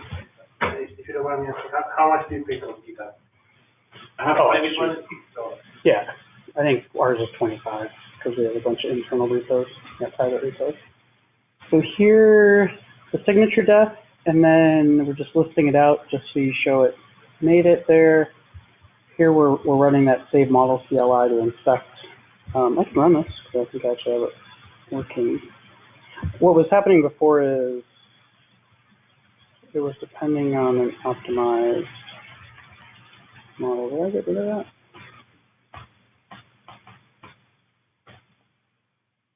Yeah, we had to have optimized it, which I didn't do that notebook, but it's in there. I just didn't run it yet. But you save it, you can inspect it, see what the signature is. So this is literally going to tell you what the inputs, what the logical name is in the signature def, inputs and outputs or whatever. You can call it whatever you want. And tell you what you're supposed to call, or when you pull it off JSON, what's it supposed to be called. When you pass it to TensorFlow serving. And here we're actually starting it up. So it's number 10 and 11 that are the TensorFlow serving stuff. And you can actually run a load test. Actually, JMeter, which is hilarious. Tried to pick the most old school tool I could find for the load testing. Hey, it took me like 4 years to understand the JMeter UI. I'm trying to amortize that time by continuing to use it well past its life.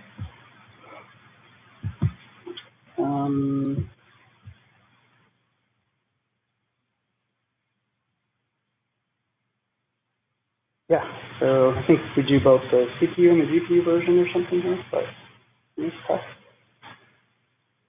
That's it. 508. Long day. How well does TensorFlow serving work in terms of scale? Mm-hmm. Yeah, I mean, right, like again, we're doing it at the container level, right? We have one TensorFlow model, one TensorFlow serving process inside of a container, and one model deployed to it. So any scaling that we do happens at the container level, and we just add more. Yeah.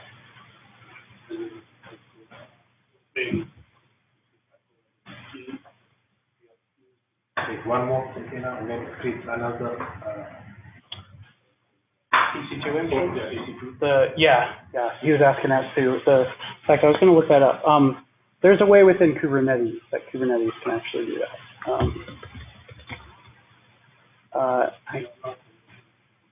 To do that within ECS? Yeah, we have ECS. ECS doesn't work out of the box, so you use application. You also have to use, there is this company called, those guys who.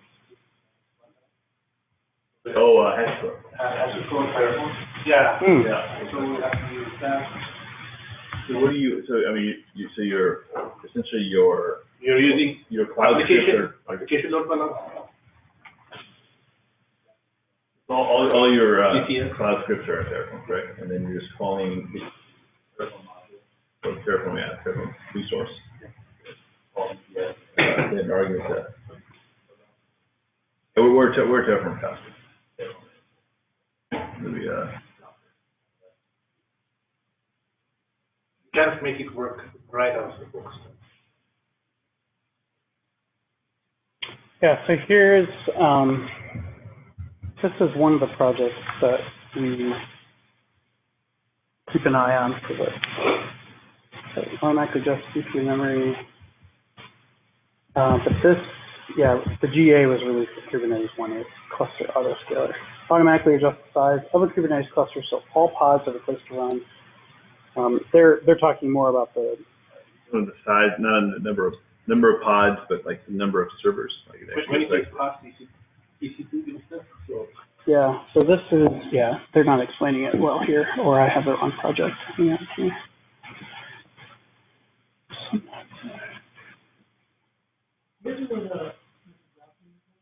yeah.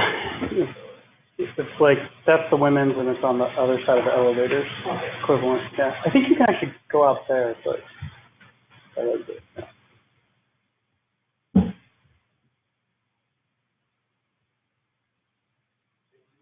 Yeah.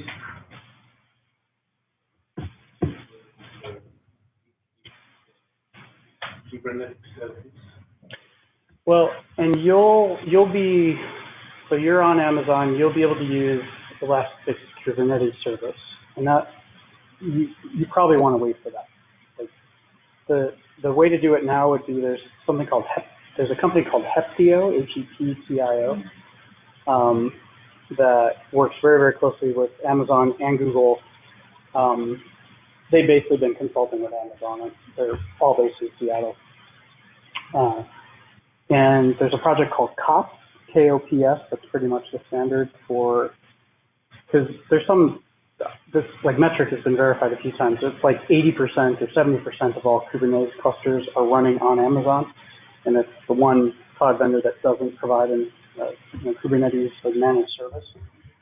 And there's this project called KOPS that pretty much everyone, I'd say, yeah, 75% of that 80%. Yeah, I think it's actually off Kubernetes now, I think. Yeah, Kubernetes KOPS, it's like Kubernetes operations, KOPS, I think is what they actually call it, KOPS. Yeah, it's like kubectl, which is, but for an entire cluster. And it's supposed to have GCE support. I've never gotten that to work. Really, the main one everyone uses it for is for Amazon. And it's cool. It'll do, it's basically a command line. Oh, and it can generate Terraform, by the way. Yeah, did you know about KOPS?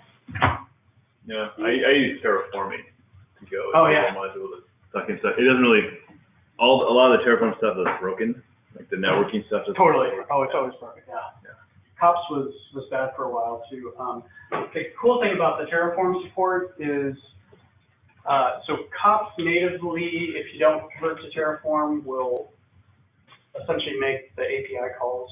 And there's oftentimes where we had no idea what it was doing, and it wasn't logging very well. So we would switch to Terraform mode. It would generate, and then we could read Terraform, right? Yeah. Are you guys Terraform shop? Yeah, of course. It's like saying we're like a Linux shop. You know? Yeah, well, Terraform is, I mean, you'd be surprised. I know. Shops are like, oh, no, we manage separately. Yeah. I didn't want, I was using CloudFormation template. Yeah. Yeah. This one, I want to